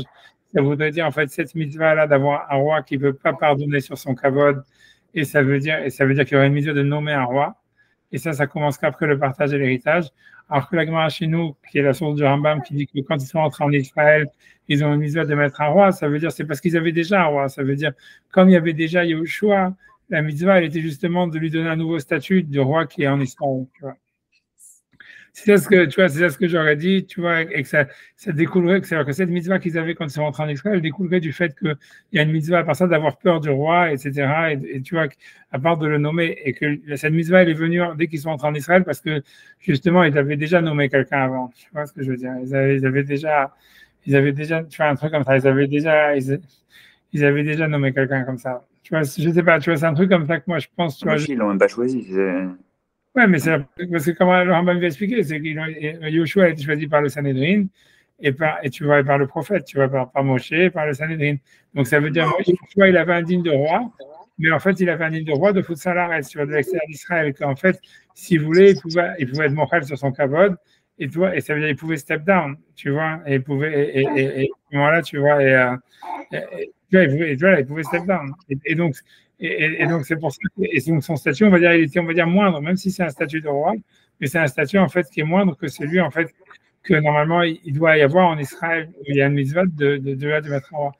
Ouais, voilà, c'est tout ce que moi, je pense, c'est un truc comme ça, tu vois, ça veut dire, je me dis, c'est une direction de réponse, tu vois, peut-être qu'il y a plus que ça, mais tu vois, ça veut dire, en tous les cas, ça pourrait aussi répondre à la Gemara chez nous, tu vois, ça veut dire que la Gemara, tu vois, ça veut dire que quand la Gemara, quand elle dit Vechen, qu'elle fait une relation de causalité sur Rabbi Yehuda en disant que puisque la mitzvah est d'avoir peur du roi, alors c'est pour ça qu'ils avaient une mitzvah d'avoir un roi en Israël.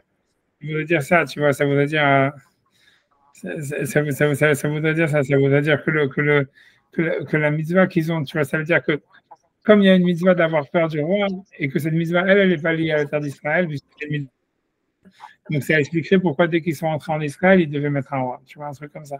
Alors que si c'était qu'une mitzvah de nommer un roi, tu vois, comme il voulait dire, tu vois, comme il dit Rabbi aussi, etc., tu vois, tu vois, on ne comprendrait pas pourquoi est-ce qu'ils avaient la mitzvah dès qu'ils sont entrés en Israël. Tu vois, c'est un truc comme ça. Et bien que, et ça veut dire aussi que bien que Rabbi aussi, la question qu'on a demandé, voilà, Rabbi aussi dit qu'il y a une mitzvah de mettre un roi, mais tu vois, lui, en fait, il dirait que cette mitzvah, elle vient pas de Sam Tassim Alech Hamelach, elle vient d'un autre truc, tu vois, ça veut dire que c'était Stam une mitzvah, tu vois, ou bien, tu vois, peu importe, ou bien que cette mitzvah, elle aussi, elle existe, tu vois, un truc comme ça, mais par ça, il y aurait une mitzvah aussi de nommer un roi, quoi. Ça veut dire, tu vois, ça veut dire que Rabbi aussi, lui, il est d'accord qu'en fait, il y a une mitzvah d'avoir peur du roi, mais il pense qu'à part ça, il y avait une mitzvah de nommer un roi. Et tu vois, donc c'est pour ça, tu vois, ça veut dire, parce que quand nous on avait posé la question, une des questions qu'on avait demandé à l'Agma dans Kiddushin, c'était de dire, OK, comment est-ce que l'Agma peut faire une causalité entre le fait que il fallait avoir, Rabbi Yehuda expliqué le fait qu'il fallait avoir peur du roi, et le fait de dire qu'il y avait une mitzvah de mettre un roi quand tu rentres en Israël. Et tu vois, alors moi je vous ai dit, ouais, on peut répondre, selon ce que je te dis, c'est on peut répondre comme je le dis, ça veut dire que la mitzvah, elle est d'avoir peur du roi, et cette mitzvah, elle existait même en Chutz Haaretz. Et c'est pour ça que quand ils sont arrivés en Israël, ils avaient une mitzvah, en fait, si tu veux, d'une certaine manière, d'institualiser la royauté, parce qu'il fallait qu'ils aient peur du roi, tu vois. Ça, tu vois, ça serait selon Rabbi Yehuda. C'est vraiment difficile de faire un cours avec un état de. Tu vois, quelqu'un qui est trop gabriel, l'autre qui est trop. C'est pas grave, je continue ça. C'est que j'espère que tu vois ce que tu vois, je sais pas, est-ce que c'est clair? Je sais pas si c'est clair ou c'est pas clair ce que pour l'instant. Ouais, mais. Non, c'est toujours ça, Hidush. Vas-y, dis-moi ce que tu penses. On est sur les arrêts de jeu. Comment? Non, Sacha, il dit on est sur les arrêts de jeu. Les arrêts de jeu.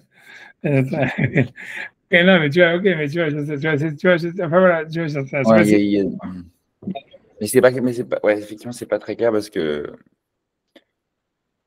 En fait, ce que vous dites, c'est qu'ils avaient déjà ils avaient un roi il y a 2 temps, il y a nommé un roi et avoir peur du roi, quoi. Avoir peur du roi, ça a été. Ouais, et cette mitzvah d'avoir peur du roi, en fait, elle est pas liée à la terre d'Israël. Tu vois, ça serait une mitzvah, tu vois, qui est perpétuelle, tu vois, puisqu'on la voit que les Juifs, ils avaient à l'époque de Moshe Rabbeinu ou un truc comme ça, etc. Mais c'est pas une mitzvah, si tu veux, nécessaire. C'est comme si tu veux, il y avait une mitzvah, il y a une obligation d'avoir un roi, et il y a une mitzvah que si tu es un roi, tu dois avoir peur de lui.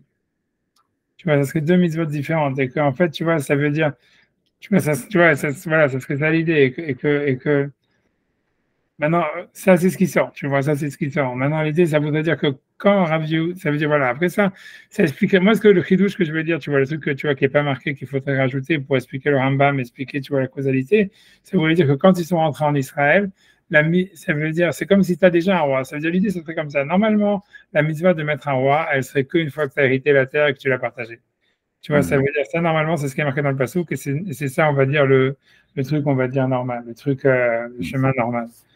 Mais Mais l'idée, c'est que comme ici, tu avais déjà un roi, ça veut dire que tu as déjà Yoshua qui est un roi, et que Yoshua, tu avais une mitzvah d'avoir peur de lui, de le respecter, etc.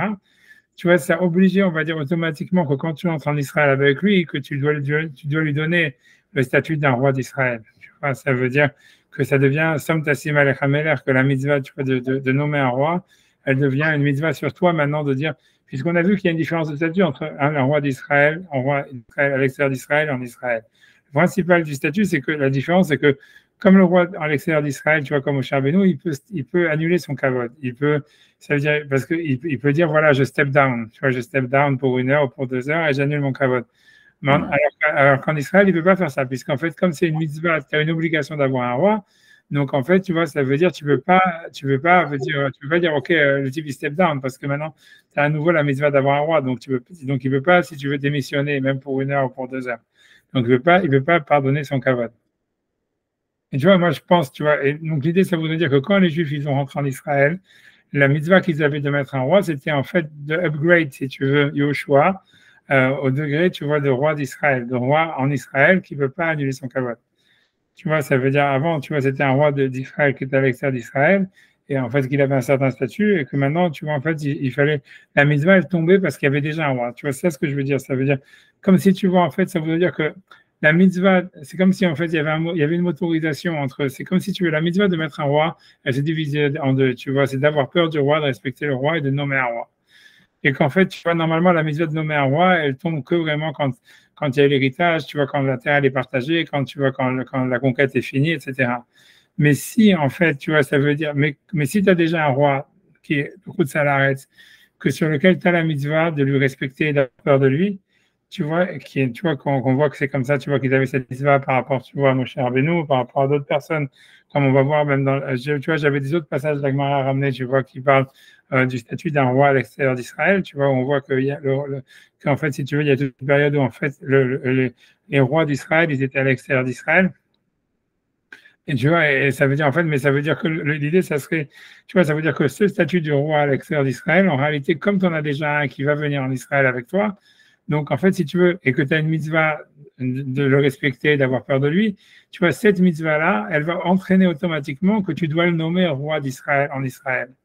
Tu vois, c'est ça ce que je veux dire. Tu vois, ça veut dire ça, et ça devient une mitzvah. Tu vois, ça devient une mitzvah qui, si tu veux, qui court-circuite le fait de, tu vois, d'hériter la terre ou de la partager. Tu vois, parce qu'en fait, le type, il est déjà là. Tu vois ce que je veux dire? Et ça ferait partie, en fait, de la prérogative de dire, tu dois mettre sur toi le roi, que si tu as déjà un roi, tu dois lui donner tout le statut d'un roi qui est en Israël. Tu vois, ça serait ça l'idée, tu vois. Et que la mitzvah, que quand le Rambam parle de la mitzvah qu'ils avaient quand ils sont entrés en Israël de mettre un roi, c'est en fait pourquoi elle était, cette mitzvah, il dit pas en fait c'est une mitzvah dans le futur, il dit ça, en fait c'était comme ça quand ils sont entrés en Israël. Et la raison pourquoi c'était comme ça, c'est parce qu'en fait il y avait Yoshua. Et donc pour eux, ça devenait en fait une mitzvah, en fait si tu veux, de lui donner ce statut dès qu'il rentrait, tu vois. Et, Mais ça ne dit pas que si jamais mais ça dit pas que s'il n'y en a pas avant d'entrer, il faut en mettre un. voilà, moi c'est ce que je pense. Il Tu vois, faut confirmer celui qui est présent, mais c'est ça mon chidouche, tu vois, c'est ça ce que j'ai l'impression que tu vois, pour répondre, tu vois, à la contradiction qui est entre les passages, tu vois. Ça expliquerait pourquoi est-ce que tu vois, une fois que Yoshua il est mort, il n'y en a pas eu un après, tu vois. Donc le Sanhedrin, normalement, tu vois, ça veut dire, après que Yoshua il est mort, ils auraient dû élire un autre, tu vois, il y a eu Othniel Ben Kenaz, mais Othniel Ben Kenaz, tu vois bien, il n'était pas Nassi ou un truc comme ça, on voit pas qu'il avait un statut, tu vois, tu vois, les Shoftim, tu vois, il y a marqué à chaque fois, Isha Yachar Ben Aviasé, et Othniel Ben Kenaz, on va dire, c'est le premier Shofet.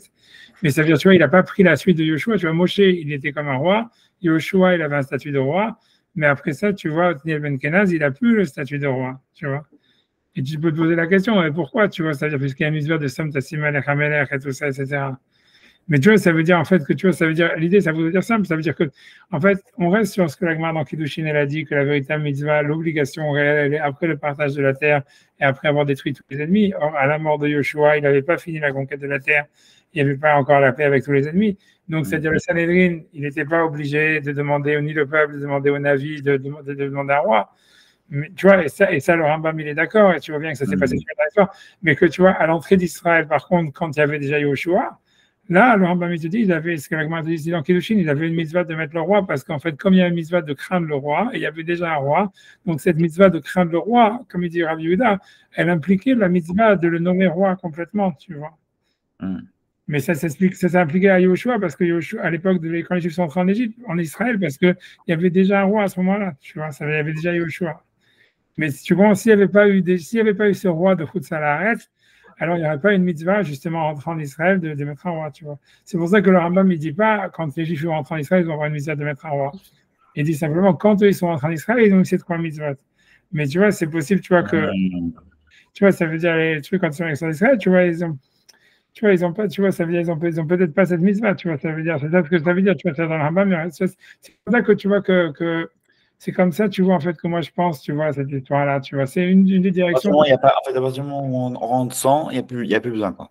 Voilà, c'est ça. Ça veut dire, en tout cas, où ça deviendrait une obligation qu'une fois que la Terre est finalement, il n'y a plus de frontières, que c'est partagé, que tout est organisé, comme on a vu un peu dans le Khatam Sofer, dans le Malbim, la semaine dernière, qu'il disait que le roi, en fait, ça peut être un roi qui aide à conquérir la Terre ou à organiser la Terre, ça va être un roi que quand tout va bien, qu'il n'y a plus de miracles, il y a tout ça, que tout est organisé, il maintient l'ordre pour que les Juifs n'oublient pas Hachem, tu vois. Tu vois, ma chère Ben Yosef, ma chère Ben David, c'est un peu ça ou pas du tout? Peut-être, j'en sais, tu me demandes des questions, tu vas commencer à parler sur la Mashiach. Quand tu fais le loi des rois, on ne doit pas parler du Mashiach, tu vois, on doit parler de qu'est-ce qu'il faut faire. Mais tu vois, moi, ça aurait été une manière d'expliquer, tu vois, de comment c'était. Parce que tu vois, pour moi, le problème, c'est qu'il y avait une contradiction entre l'Agmara dans Kiddushin et l'Agmara dans Sanhedrin. Et tu vois, alors Rachid, lui, il répond, tu vois, lui, il dit comme ça. Donc, quand l'Agmara dit chez nous qu'il faut mettre un roi quand tu entres en Israël, c'est pas vraiment en Israël, c'est après le partage et l'héritage. Le problème, c'est que le Rambam, lui, le Maïmonide, lui, il a dit non, il semble pour rendre Agmara homo, donc pour lui, c'est vraiment un problème. C'est ce qu'on a vu, tu vois, la semaine dernière, et on avait vu que, tu vois, que dans le, tu vois, peut-être qu'il y avait une source du Rambam dans le Sifri, puisque si on lisait le Sifri d'une manière littérale, pas comme le Malbim, il semblait dire que contre le sens littéral du verset, il y avait une mitzvah de mettre un roi avant d'entrer en Israël, ou dès qu'on entre en Israël, et on a vu, mais comment ça c'est possible? Comment ça peut être contre le sens littéral du verset? Tu vois, contre l'Agmara dans Kiddushin, tu vois, c'est l'Agmara dans Kiddushin, tu vois, mais ça, en tout cas, c'était un problème. On a vu le Malbim que lui expliquait tu vois, le prix d'une manière différente en disant que c'était si tu acceptais la mitzvah mais pas de la faire et tout ça. Mais c'était pas comme le Rambam. Moi, je dis voilà, peut-être une explication pour expliquer comme le Rambam, ça serait de dire ça serait de dire qu'en fait, tu vois, et pour répondre à la contradiction entre l'Agmara dans Kiddushin et l'Agmara dans Sanhedrin sur le Rambam et tout ça, ça serait de dire en fait que comme ici, et pour expliquer aussi la causalité que l'Agmara fait entre ce qu'il dit Rabbi Yehuda, le fait d'avoir peur du roi et le fait d'avoir une mitzvah de mettre le roi, ça voudrait dire, tu vois ça voudrait dire en fait que la mitzvah, elle est d'avoir peur du roi.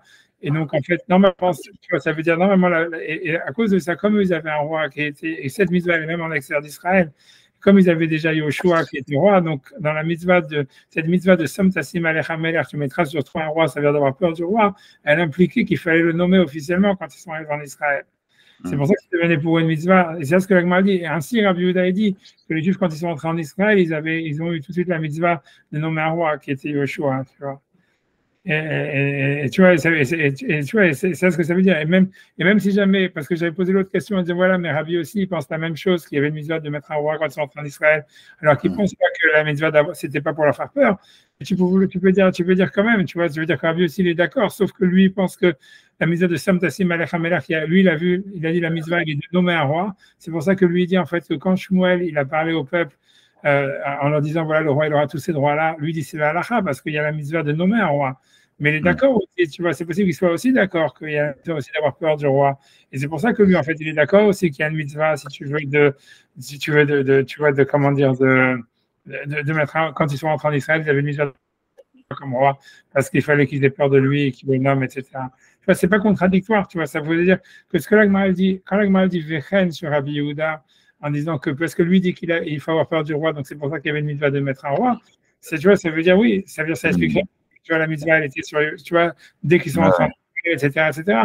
Mais Rabbi aussi, il peut penser la même chose, parce que c'est pas Rabbi aussi, bien que lui, il pense que quand Yoshua, quand Shmuel, il a parlé, il donnait les lois du roi, il lui donnait des véritables droits, il voulait pas dire qu'en fait, il n'y a pas une autre mitzvah à part ça d'avoir peur du roi. Tu vois, puisque c'est deux parties de la mitzvah. Tu vois, c'est simplement que ils discutent simplement sur de quoi Shmuel il parle quand il parlait au peuple d'Israël. Est-ce qu'il leur disait, il voulait simplement, tu vois, renforcer la mitzvah d'avoir peur du roi. Et donc, c'est pas des vrais halachot, ça c'est ce que Rabbi Yehuda il pense. Et donc, c'est pour ça que m'a dit, et c'est ce que Rabbi Yehuda dit, qu'il y avait une mitzvah de mettre un roi dès qu'ils sont entrés en Israël, parce que le principal de la mitzvah, c'est d'avoir peur du roi, et ça s'appliquait même à Yoshua. Et alors qu'après, quand elle cite Rabbi aussi, elle dit, ouais, et Rabbi aussi pense la même chose, sauf que Rabbi aussi, lui, il pense qu'il y avait une mitzvah de nommer le roi et des prérogatives du roi, mais il est d'accord que quand il y avait Yoshua, aussi, il y avait une mitzvah d'avoir peur de lui, et donc de le mettre comme roi, de le nommer comme roi, etc. Tu vois, c'est possible, tu vois, ça veut dire ça, tu vois, ça c'est, à mon avis, tu vois, voilà, c'est ça ce que j'aurais dit, tu vois, tu vois, c'est ça ce que j'aurais dit. Mais tu vois, pour répondre à toutes les questions, tu vois, ça permettrait de répondre à pas mal de questions. Tu vas dire Ah ouais, pourquoi, tu vois, tu vois. Mais tu vois, mais voilà, à part ça, mais moi j'ai une autre théorie à part ça, je pense qui est plus vraie, mais ça c'est vraiment plus, mais ça j'ai pas tu vois, j'ai pas du tout de preuves ni rien, etc. Tu vois, c'est que tu vois, mais c'est moi ce que je pense au fond, ce que je pense vraiment. Moi, parce que tu vois, quand tu regardes ce que le Rambam il parle, tu vois de la guerre d'Amalek, tu vois de la construction du Beth Amikdash et tout ça et du roi. Et tu te dis, ouais, ces méthodes-là, tu vois, quand ils sont entrés en Israël et tout ça. Et une des choses qui est la plus difficile, c'est que tu vois, que la guerre d'Amalek, ils ont eu la mitzvah depuis le début, quand ils sont sortis d'Égypte, tu vois. Puisque Hachem, Moshe, il a dit à Yoshua, Amalek, il est venu attaquer. Et après, Moshe, il a dit à Yoshua, va te battre contre Amalek. Et après ça, elle lui dit, écrit dans le livre, tu vois, ce sera une guerre d'Amalek de génération en génération. Donc, on a l'impression que la mitzvah de se battre contre Amalek, elle commence vraiment depuis la sortie d'Égypte. Elle commence pas après l'héritage, etc., de la terre d'Israël, etc. Et tu vois, même le Beth Amikdash, tu vois, c'est difficile de dire que la mitzvah de construire le Beth Amikdash, elle commençait si tard, tu vois, lui qui ramène des psukim, etc. A priori, tu vois, depuis la mitzvah, depuis le moment où, en fait, Hachem il a dit de faire le Mishkan, c'était déjà ensuite le mitzvah de construire le Beth Amikdash. Et tu vois, c'est pour ça que moi, je veux dire mon interprétation, moi, que je pense que c'est la vraie, mais c'est très bizarre, mais je pense que je suis sûr que c'est vrai. Parce que quand tu regardes, en fait, tu vas dans les psukim, quand on nous parle, en fait, des frontières de la terre d'Israël, je vais vous dire, c'est quoi les. Ouais. à l'époque, il y a marqué que tu vois que ça veut dire, en fait, le grand Israël, ça va du Nil à l'Euphrate. Ouais, bien sûr. Et donc, tu vois, donc ça veut dire qu'en fait, que quand le Rambam dit quand ils sont sortis, quand ils sont rentrés en Israël, ça voulait dire quand ils ont traversé la mer Rouge. Ouais. Ça veut dire, tu vois, et ça veut dire que dès qu'ils ont. Tu vois, vachement, c'est ça le webchat dans le Rambam. Quand le Rambam dit, tu vois, quand ils sont rentrés en Israël, ça veut dire dès qu'ils ont traversé la mer Rouge, ils ont dit, on va faire le Beth Amikdash, comme il y a marqué dans Shiratayam, Zéli, Van Veou, de construire le Beth Amikdash. Et il y a la mise de faire la guerre contre Amalek et d'avoir un roi que c'était soit Moshe, soit Yoshua, etc.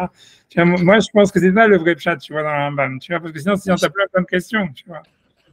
Ouais, tu vois, mais il n'y a aucun des commentateurs qui a dit ça. Je regardais. Je me disais, c'est qu'on n'avait pas défini.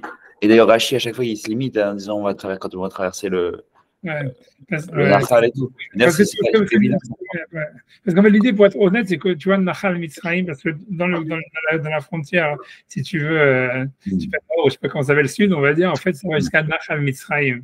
Et tu vois, il y a plein de discussions, c'est quoi ce Nahal Mitzrayim, le fleuve d'Égypte, tu vois. Il y en a qui disent que c'est le Nil. Je me rappelle qu'il y en a qui disent que c'est le Nil. Mais il y en a qui disent non, c'est un petit fleuve qui est, je sais pas quoi, qui est à côté de Gaza ou un truc comme ça, tu vois. Mais ça veut dire, ou tu vois, un peu plus à côté de Gaza. Mais je sais pas, une petite merde, un petit truc, un petit ruisseau. Et tu vois, il dit c'est ça Nahal Mitzrayim. Mais je sais qu'il y en a qui expliquent que c'est le Nil. Moi, je leur dis le Pshat Pachout, c'est déjà que c'est le Nil. Ça veut dire qu'en fait, c'est dès qu'ils sont sortis d'Égypte, ça veut dire qu'ils sont entrés en Israël, tu vois. Bien sûr. Ouais, c'est frontalier d'ailleurs. Ouais. Et le Sinaï, ça veut dire que le Sinaï, c'est-à-dire que Matan Torah a été donné en Israël. Oui, c'est ça. Il y a des Midrashim qui disent ça, que Aramoria, c'était au Arsinaï. Que tu vois, il y a marqué Aramoria, Arsinaï, c'est Aramoria. Il y a un Midrash qui dit ça. Tu vois, et ça veut dire, tu vois, c'est comme tu dis, en fait, il y a plein de Midrashim, mais c'est pas aussi clair, tu vois, en fait, que tu vois qu'on dit, ouais, la Torah était dans la route Salaret et tous ces machins-là, et tatati, tatata, et que Moshe n'est jamais rentré en Israël. En fait, c'est vrai que dans les Psukim, il y a marqué comme ça, qu'ils voulaient rentrer là-bas, à Lebanon. Tu vois, il semblerait, tu vois, que Eretz Israël. De Madrigote, quoi. Il y avait des madrigotes, mais en fait, tu vois, ça veut dire que ça colle. Tu vois, en tout cas, il est marqué qu'à l'époque messianique, il est marqué si jamais, tu vois, Minachal Mitzrayim, tu vois, jusqu'à l'Euphrate, en réalité, ça fait partie d'Eretz Israël, si à l'époque, si jamais les Juifs font les mitzvot. Donc moi, j'aurais dit ça, parce que tu vois, c'est très difficile de dire ce que la Gemara dit, que, en fait, ils avaient la mitzvah de détruire Amalek quand ils ont conquis la terre et quand ils avaient hérité, tu vois, ça veut dire. Et la mitzvah, elle est clairement donnée dès le début, tu vois, où il dit, dès qu'ils sont attaqués, ils traversent la mer, ils se font attaquer par Amalek. Hachem, il dit à Yoshua, Hachem, il dit à Moshe de faire la guerre, il dit à Yoshua, il dit à Moshe, Moshe, il dit à Yoshua de faire la guerre. Après, ça a été écrit dans le livre, une mitzvah d'Amalek, de faire la guerre contre Amalek de génération en génération. Tu vois, ça veut dire quoi? Ils n'avaient pas, je comprends, alors peut-être qu'ils n'avaient pas la mitzvah de sortir hors de leur chemin pour attaquer Amalek. Donc, ils devaient d'abord entrer en Israël et ensuite attaquer Amalek. On comprend, mais ça veut dire la mitzvah, en théorie, elle existait déjà. Tu vois, c'est comme la mitzvah de construire le Beth Amikdash. Tu vois, ça veut dire, tu vois, c'est parce que on n'a pas encore arrivé à tous les détails, puisqu'il faudra faire les 3 mitzvot. Pour l'instant, on n'est que dans la première, tu vois, sur le roi, mais ça veut dire, tu vois, c'est de dire que c'est bizarre de dire que, ouais, il n'y avait pas de mitzvot de construire le Beth Amikdash, tu vois, jusqu'à ce que, tu vois, ils héritent la terre et qu'ils partagent, et on voit comme David, il demande de construire le Beth Amikdash, Hachem, il n'est pas super. Au début, il lui dit, il faut attendre et tout ça, etc. Mais je pense que, tu vois, en fait, le fait d'avoir le Mishkan, c'était déjà, tu vois, la construction du Beth Amikdash, tu vois. Ouais, et je pense, tu vois, c'est possible que c'est le Rambam, il fait référence à ça, tu vois, c'est un chidouche pour le Rambam de dire ça, tu vois, c'est un chidouche, tu vois, mais et peut-être, tu vois, il faudrait dire un truc comme ça, tu vois, ça c'est une autre explication, tu vois, de ce que je veux dire. Moi, ce que je voulais dire, c'est ça, c'était ça, c'est dire, en fait, tu vois, que dans la mitzvah d'avoir un roi, il y aurait 2 mitzvot, en fait, une mitzvah d'avoir peur du roi, il y a une mitzvah, en fait, tu vois, de nommer un roi, et la mitzvah d'avoir peur du roi, en fait, elle est même sur un roi à l'extérieur d'Israël, comme on voit de Moshe, sauf que cette mitzvah, elle est moins forte que celle de nommer un roi, parce qu'en fait, justement, comme ce n'est pas une obligation constante d'avoir un roi sur la tête, c'est que si tu as un roi, en fait, tu dois le respecter.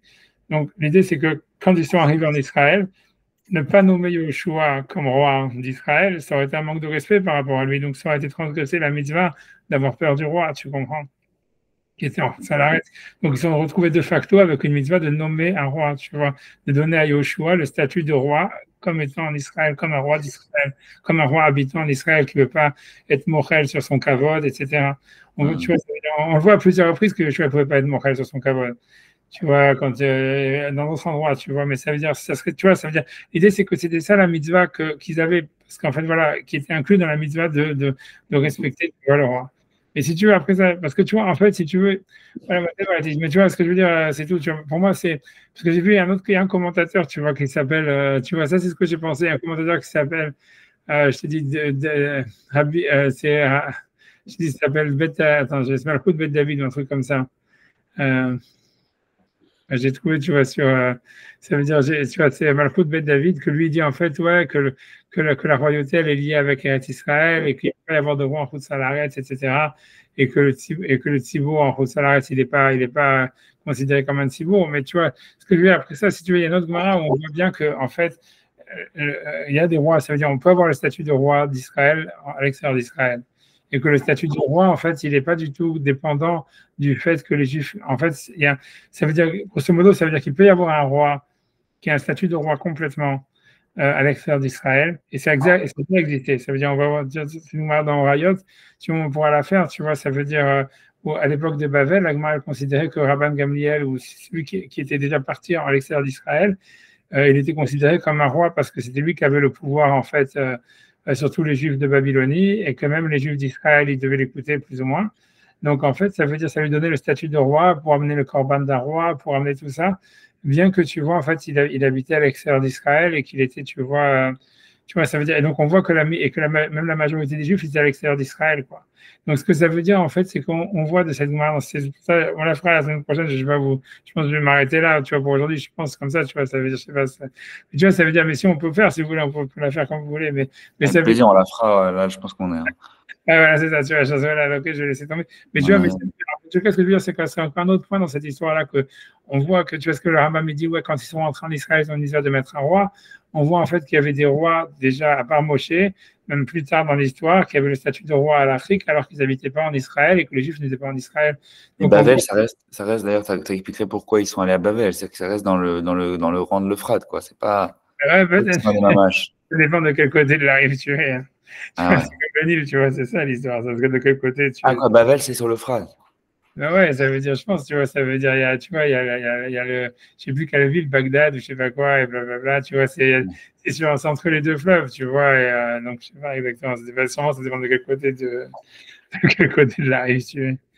Mais tu vois, en tout cas, le Kuzari, lui, dit ça toujours à chaque fois, parce que le Kuzari demande, puisque lui, il est persuadé, il dit que la névoie, elle peut être qu'en Israël. Donc, il dit, en fait, comment Moshe Rabbeinu, il peut avoir eu la prophétie en Égypte, comment il s'appelle, pas Hiskiyahu, Daniel, et voilà, et Daniel, et comment il s'appelle, celui qui a vu la Merkava, Ézéchiel. Il y a plein de navires en Babylonie et tout ça. Donc, lui dit, ouais, le pshat, c'est parce qu'en fait, comme il est marqué dans la Torah que le grand Israël, en fait, c'est du Nil jusqu'à l'Euphrate. Donc, il dit, en fait, tout ça, c'est Israël. Donc, ça veut dire, c'est pour ça qu'il voit la prophétie en Égypte, c'est pour ça qu'il voit la prophétie en Babylonie, parce que tout ça, en fait, ça fait partie d'Israël. Tu vois, tu vois, mais tu vois, selon ça, tu vois, c'est quand tu comprends expliquer que c'est ce que le Rambam veut dire quand ils sont rentrés en Israël, qu'il avait la mitzvah d'avoir un roi, de construire le Beth Amikdash, de faire la guerre avec Amalek, ça veut dire dès qu'ils ont traversé la mer Rouge. Ah, d'accord. On n'a pas parlé, mais on en reparlera la semaine prochaine sur le sujet de pourquoi c'est un problème qui les Rara Teva qui demande un roi au moment de Shmuel. Ouais, c'est pour ça. Lui veut dire, ça veut dire, le Khaddam Sofer, c'est bien vu, le Malbim on l'a fait la semaine dernière. Le Malbim lui dit qu'en fait, tant qu'il y avait des miracles, il fallait pas, tu vois, ça veut dire, il fallait pas essayer d'aller contre. Il faut pas demander ça veut dire, il fallait laisser Hachem faire. Tu vois, t'as vu, on a vu ce qu'on a vu la semaine dernière. Ouais. Et le Malbim, il disait ça, il disait un truc, tu vois, que en fait, tu vois, lui disait, tu vois, il dit que le roi, en fait, il est là que quand tout va bien. Et que, voilà, c'est un peu la même, tu vois, c'est un peu la même chose que le Khaddam Sofer, c'est-à-dire les deux. Ils sont plus Merci beaucoup. mais en fait, ils disent un peu la même chose, tu vois. Ah, ok, d'accord, ok, d'accord. Ok, d'accord. Tu vois, tu vois, ça veut dire, c'est un peu contradictoire, mais tu vois, c'est complémentaire. Ça veut dire, l'idée, c'est que ce soit, ça veut dire qu'avoir un roi, ça serait soit faire une mitzvah et faire appel à quelque chose qui est surnaturel, mais en tous les cas, alors que c'est pas ça le rôle du roi, tu vois. Et donc, ça veut dire que s'il fallait encore des miracles, il fallait que les Juifs, il fallait attendre. Et a priori, si Shmuel, il faisait des miracles, c'est parce que le clan d'Israël en avait besoin, tu vois, et que c'est comme ça que Hachem voulait que ça soit. Et tu vois, si grosso modo, c'est que c'était pas aux Juifs de décider s'ils devaient aller dans une situation, dans une dynamique de miracle ou dans une dynamique de naturelle, quoi. Et que tu vois, il devait que réagir à comment est-ce que Hachem, tu vois, lui-même, il menait la danse, quoi. Tu vois, c'est ça l'idée. Tu vois, c'est comme ça que lui, il voit ça, tu vois. Maintenant, c'est ce qu'on a l'impression dans les Nevi'im et tout ça. Tu vois, dans le Nefesh HaChaim, tu vois, lui, il dit le contraire. Lui, il dit que c'est l'homme qui doit, en fait, qui détermine la dynamique, tu vois, de savoir à quel point il y a du naturel ou du surnaturel dans sa vie, etc. Et que ça ne doit pas être une réaction à comment est-ce que Hachem il est, c'est l'homme, tu vois, qui doit en fait déterminer ça. Lui dit, parce que tu vois, lui, il a tout son passage là-bas sur les chérubins qui étaient soit face à face, soit de biais. Ça veut dire qu'à l'époque de Moshe, les chérubins étaient face à face, et à l'époque dans le temple de Salomon, ils étaient de biais. Et lui, il explique que l'idée, c'est que, tu vois, à l'époque de Moshe, c'était en fait, tout était, il y avait une relation face à face avec Hachem, dans le sens où tout était de l'ordre du miracle, etc., du surnaturel. Et que Salomon, tu vois, en fait, lui, il a mis les chérubins de biais. Ça veut dire que même s'ils avaient la bracha et tout ce que tu veux, puisque tu vois, il y avait l'opulence, mais c'était naturel, il fallait faire travailler quelque chose ou un truc comme ça, tu vois. Mais il semble dire, lui, tu vois, et c'est ça la vision des Juifs lituaniens, tu vois, de dire que c'est l'homme, en fait, qui est responsable de la dynamique qu'il veut. C'est pour ça qu'il va étudier au collège et Hachem, il donnera la parnassa, tu vois. Et n'attends pas que le miracle il se fasse pour un truc. Tu vois, pour eux, l'idée, c'est toi qui décides de la dynamique. Mais en tout cas, ce que tu vois du Khatam Sofer et tout ça, et quand ils appellent ce qu'ils reprochent à Shmuel, ça veut dire aux Juifs, ceux qui disent que c'était mauvais ce qu'ils sont à l'époque de Shmuel, c'était à cause de ça. Ça veut dire, l'idée, c'était le contraire. Ça veut dire, si Hachem, il a décidé une dynamique du miracle, vous ne devez pas vous opposer à ce qu'Hachem, il a décidé, tu vois, et demander, tu vois, ça veut dire, Hachem, il arrêtera les miracles quand il faudra arrêter les miracles, un truc comme ça. Ça veut faire ça. Tu vois, c'est ce qu'il dit là-bas, tu vois, c'est ce qu'il dit, on l'a fait la semaine dernière, c'est ce qu'il dit le Malbim. Tu vois, il y a des milliards d'explications sur ça, tu vois, ça veut dire quand tu regardes, des milliards d'explications. Tu vois, ça veut dire quand tu regardes les commentateurs là-bas sur Shmuel, comme il dit le Malbim là-bas, il est très long, mais il y a les Drashot Haran, il y a des milliards, tout le monde parle de cette question, la Brabanel, etc. Il y a de la littérature sur ça, tu vois, à n'en plus finir. Pourquoi est-ce qu'Hachem il est énervé, tu vois, contre les Juifs? Pourquoi Shmuel est énervé contre les Juifs quand il demande un roi, alors que c'est une mitzvah de demander un roi? Et pourquoi, tu vois, qu'est-ce qui était problématique, tu vois, comme la Gemara le demande ici, tu vois, quel était le problème? Ça, si tu veux, sur ça, il y a des tonnes de commentaires, tu vois, ça veut dire, chacun a dit son truc, tu vois, l'idée, c'est... Ça nous aide sur notre sujet, non? Comment? Ça nous aide sur notre sujet, c'est... Ouais, ça nous aide, mais le truc, c'est qu'il y a tellement, tu vois, ça veut dire, je pense, tu vois, que...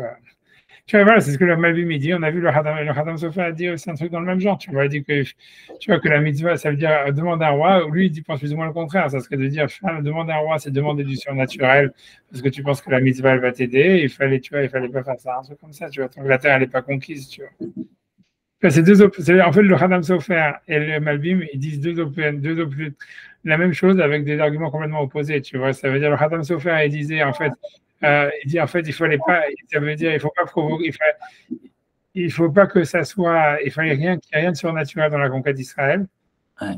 C'est pour ça qu'il ne fallait même pas faire les mitzvot, il demandait un roi, ni rien du tout. Alors que le Khatam Sofer lui dit non, en fait, il fallait que tout soit surnaturel. Et on en veut aux Juifs, tu vois, d'avoir voulu briser les miracles qu'Hachem il voulait, tu vois. Tu vois, c'est pour te dire, tu vois, voilà, ils disent mais voilà, tu vois, c'est pour ça, tu choisis de ce que tu veux, tu vois, toi, tu vois. Ok, c'est que je pense que c'est ça que j'ai pas traduction, c'est que okay. Non, c'est la marque, tu vois, c'est ça ce qu'ils discutent, tu vois, quand tu le refais dans les mots. Je dis, le Khatam Sofer, je ne l'ai pas vu dans les mots, je l'ai pris que sur ses variantes, tu vois, j'ai pris une photo et tout ça, je l'ai pas trouvé, j'ai jamais trouvé, j'ai pas trouvé où est-ce qu'il est. Et j'ai cherché partout, hein, mais j'ai pas trouvé. Mais voilà, mais le Malbim, tu vois, on l'a fait ensemble, tu vois. Le Malbim, il dit, tu vois, le Malbim, il dit, il fallait pas empêcher Hachem de faire des miracles. Ça, c'est le Malbim. Mais alors que le Khatam Sofer a dit non, il fallait que toute la conquête, elle soit d'une manière naturelle. Et en fait, demander un roi, c'était déjà comme c'était une mitzvah, c'est déjà faire advenir le surnaturel, tu vois. Faire utiliser un scout surnaturel. Ah, whatever. Ouais, je vais te laisser tranquille, tu vois. Voilà, merci, c'était un grand kiff. Je pense que c'est sympa. Ouais, je sais qu'on va creuser quoi après, alors c'est quoi la prochaine étape? On va voir. Alors, pour l'instant, tu vois, je pense que là, parce que tu vois, moi je pense, ne me demande pas, je crois que je sais, mais je pense qu'après ça, on va parler, tu vois, sur la construction du Beth Amikdash, ou tu vois, sur la guerre d'Amalek, tu vois, puisque vous avez dit qu'il y avait un Mishpat Cohen. Ouais, je sais, tu vois, mais je l'ai pas trouvé. C'est comme je l'ai pas moi sur moi derrière. Ah, je l'ai trouvé moi. Ouais, tu l'as trouvé, je sais où est-ce qu'il est plus ou moins. Je l'avais vu, j'ai vu des morceaux, mais je l'ai pas vu en entier. Parce que lui, il parle beaucoup de sujets de Bediavad, donc ça rejoint un peu ce qu'on. Ouais, je sais pas. Mais lui, il semble dire que l'État d'Israël, c'est le roi, lui, c'est ce qu'il veut dire. Ouais, mais c'est une question, ouais. C'est ce que lui veut dire. Lui, il veut dire que le roi, c'est l'Avdavka, un roi, hein, que l'État d'Israël, c'est le roi parce que tout le monde l'a accepté ou un truc comme ça. Ouais. Tu vois, lui, c'est pour ça, lui, il va très loin dans cette histoire. Lui, il dit qu'en fait, tu vois, il est connu pour ça, tu vois, ça a toujours été un des gros trucs, tu vois, c'est des sionistes que l'idée, c'est que pour eux, il faut accepter tout ce que le gouvernement dit parce que le gouvernement, il a un statut de roi. Et voilà, donc, si jamais quelqu'un il va contre le gouvernement, c'est comme s'il était Mourad Malchout.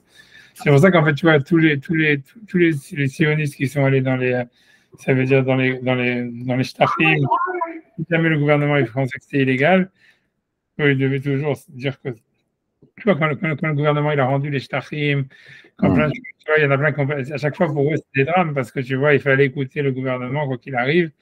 Parce que tu vois, c'était un représentant d'Hachem, alors que le gouvernement était super contre eux. Etc. Bref, ça les a mis dans des situations. Et ça, on peut essayer de comprendre, c'est un digne de Malchout. Qu'est-ce que c'est le digne de Malchout? Parce que ça fait partie du sujet quand même. Ouais, c'est quoi qu'un roi? Mais je pense que tu vois, le truc, c'est que tu vois, je pense que. Parce que tu vois, l'histoire, c'est que tout ça, tu vois, le Rambam, il va parler, tu vois, dans le 4e chapitre, tu vois, tout ça. Je me dis, tu vois, il faut qu'en fait, qu'on garde une lecture linéaire du Rambam, sinon on va jamais, tu vois, déjà comme ça, je sais pas où est-ce qu'on va arriver, mais je pense que c'est comment ça, tu peux aller dire, ouais, tu vois, c'est ça l'histoire, je pense que tu vois, il faut essayer, tu vois. Il faut suivre le flow, ok. Voilà, je pense que la prochaine, je pense que par la suite, je pense qu'on va parler plutôt maintenant, ou soit la construction, tu vois, de la guerre contre Amalek, tu vois, parce que c'est un autre point, tu vois. Je pense que c'est de réfléchir sur ça aussi, ça pourrait être éclairant. Parce que comme tu dis, c'est très, très bizarre ce que le Rambam et ce que la Gemara dit, que la mitzvah était de se battre contre Amalek, elle commence qu'après la rentrée en Israël. C'est hyper étrange, tu vois. Donc, voilà, merci beaucoup. Allez, école tout. Merci beaucoup.